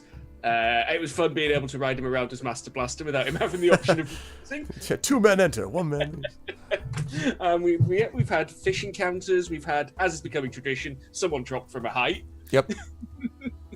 Has to be. Good stuff. Yeah. What about where they'll see you next? Oh, next, it nearly slipped by me, but I only found out today. Tomorrow is Talk Like a Pirate Day, so I'm doing an extended stream here on GOG, and I'm going to be doing Blood and Gold Caribbean, because that's it's always good for some pirate fun. And on Thursday, I'll be streaming on my own channel, carrying on with Lamplight City, which I've really got into after doing the release. Nice. Awesome. That's cool. Definitely you should check out Saber's stuff. I often hang out and lurk there and check out the stuff that he's doing. So good stuff, man. Again, enjoyed it as always. Look forward to next month as always. And last but certainly not least, Pyron, it was eventful, I guess I would say. I don't know that you were expecting to be dropped right in the middle of a forest. But you did get to hang out with Tree Bro. So you got to hang out with a tree, and that's not a bad thing, I suppose. What do you think about today, and where will the fine people see you? I did try to avoid falling into that. You tried really hard. It's just you failed really badly both times. So yeah, I mean, right now, Greta is like having the time of her life compared to the last few months. She's just lying in a pool of happiness. Yeah. So I'm really happy where this is going. This is spa time, like total spa time. If she really has to get out of the pool again, willingly. And so looking forward to that. Also, we're still celebrating the International Day Against DRM here on the channel today. So next up, in 2 hours from now, we're gonna have a stream in French by Elkinu, who's actually a French guy living in the United States currently. And he's going to stream Goblins 3. And I've watched the streams before. He is like the only French-speaking streamer I watch, because even though my French is really, really bad, he is totally enjoyable and a wonderful retro gamer. And I'm really, really happy that he's joining us for from a European standpoint, French late night stream here on the GOG channel. Very, very cool. Thank you, Pyron. And I just want to add before I let you guys go that I think it was a really cool idea to do this. I think it was a really cool idea to have the different languages represented. Twitch is extremely English centric, and I know why, but it is still English centric. And one serious problem the world has, and I'll admit to contributing to this, is it tends to be, at least America and a lot of other countries that are connected to it, are too monolingual. We could all do with a lot more sort of exposure in general to multiple different languages and not just English all the time for those who watch Twitch quite a bit. So it's really good to be able to see more of that happening on GOG and not just have, Russians going to watch Russian streamers and French going to watch French streamers and stuff like that. It's good that it's getting a chance to all be here. So thank you, Pyron, for helping create this, because I think it's a really neat idea. And I'm proud that we were able to represent the English side of things, hopefully to some degree, with D&D. So thank you for doing that, and for letting us do D&D on that day. Thank you. And I would like to point out a little thing. We had a German streamer on earlier today, and he actually sang on stream and made a song against DRM, and I'm gonna link to it in the chat. Oh, it's a German language song against DRM? No, he sang in English with a really strong German accent. That's badass. I mean, there's nobody right after us, so you can maybe just show it on there. I just put it in chat. Oh, okay. All right. Yeah, let's see. This is special that somebody makes a song for us. And wait a sec. I got a window captured. Hold on. All right, window capture. OBS, do not fail me. Oh my gosh, yeah. This guy's legit. All right. Right. Okay. Pardon me just a second. I should have done this in studio mode, but never mind. I've met him in real life. He is tiny. Is he really? Okay, Here we go. So here it is. Like up to my shoulder. Here, let me turn off the music behind. I love this music, but it doesn't quite fit. It sounds like with what he's gonna do. Okay. Here we go. Oh, how about I actually play it? Okay.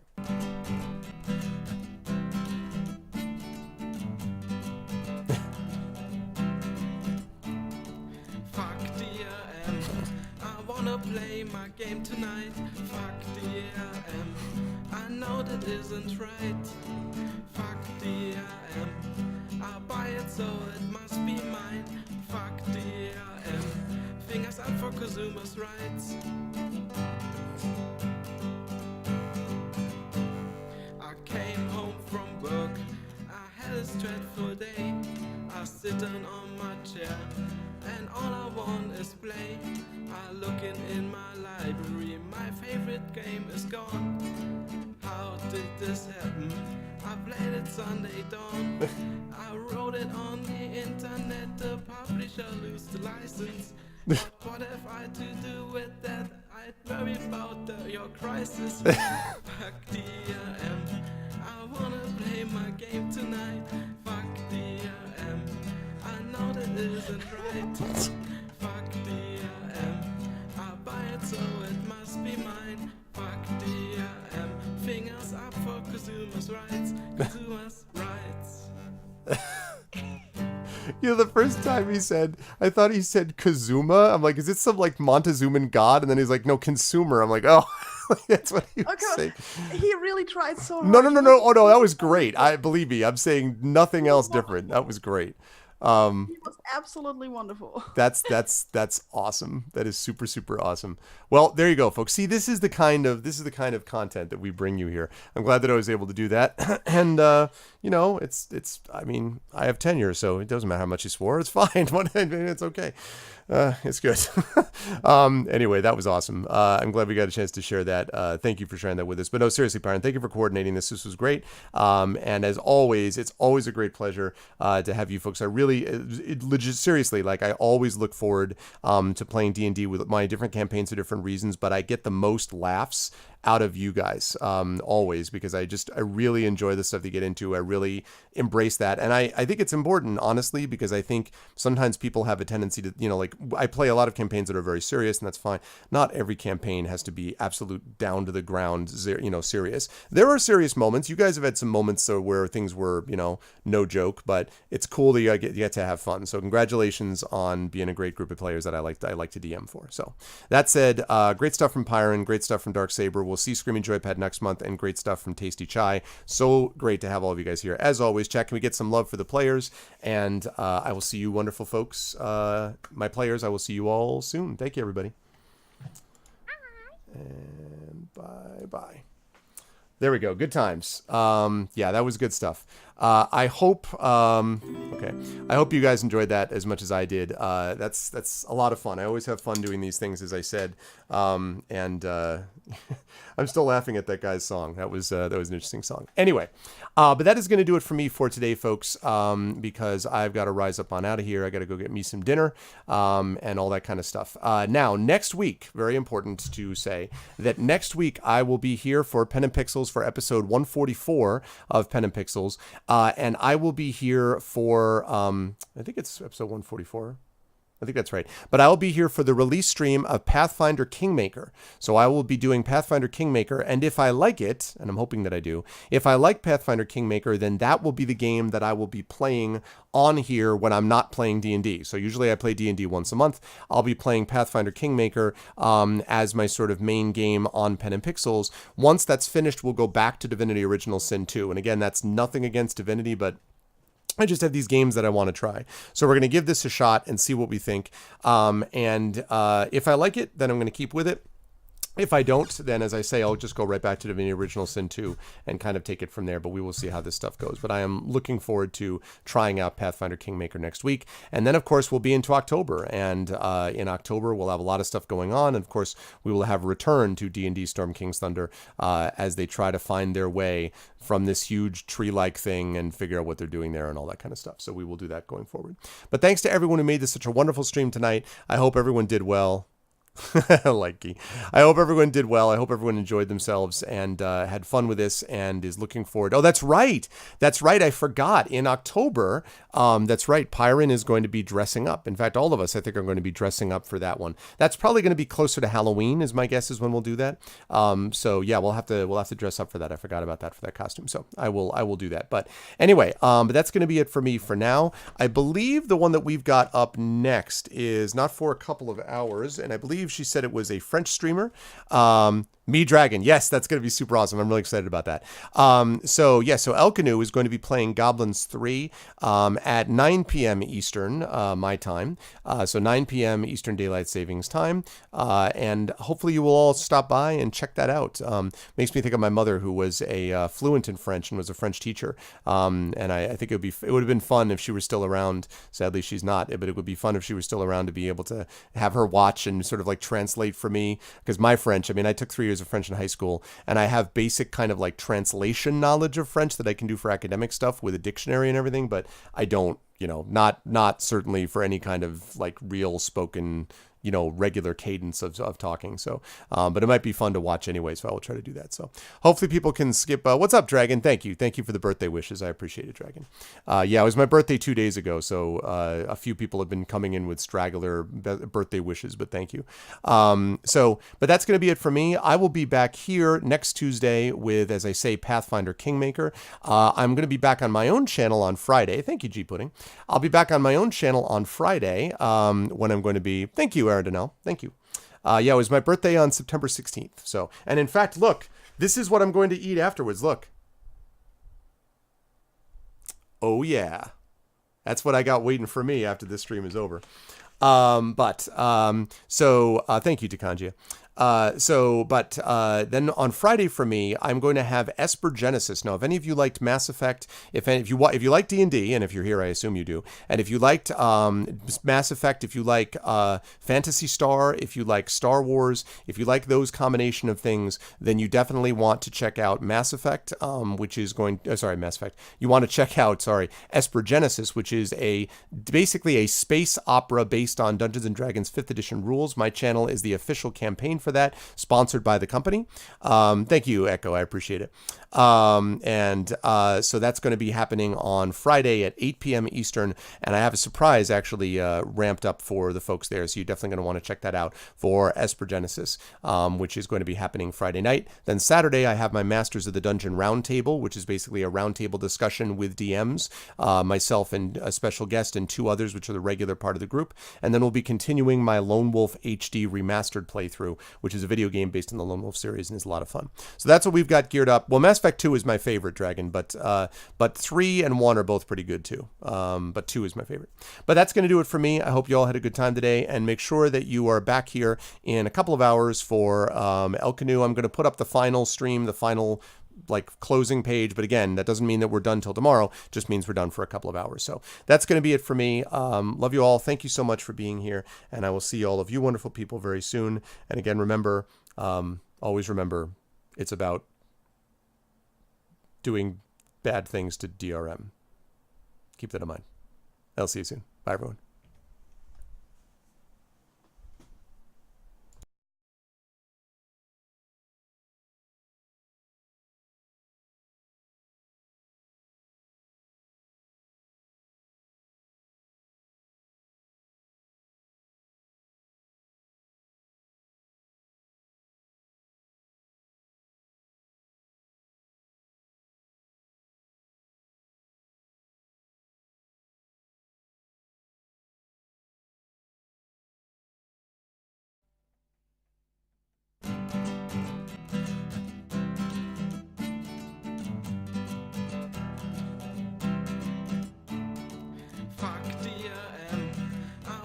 Play my game tonight. Fuck DRM. I know that isn't right. Fuck DRM. I'll buy it so it must be mine. Fuck DRM. Fingers up for consumers' rights.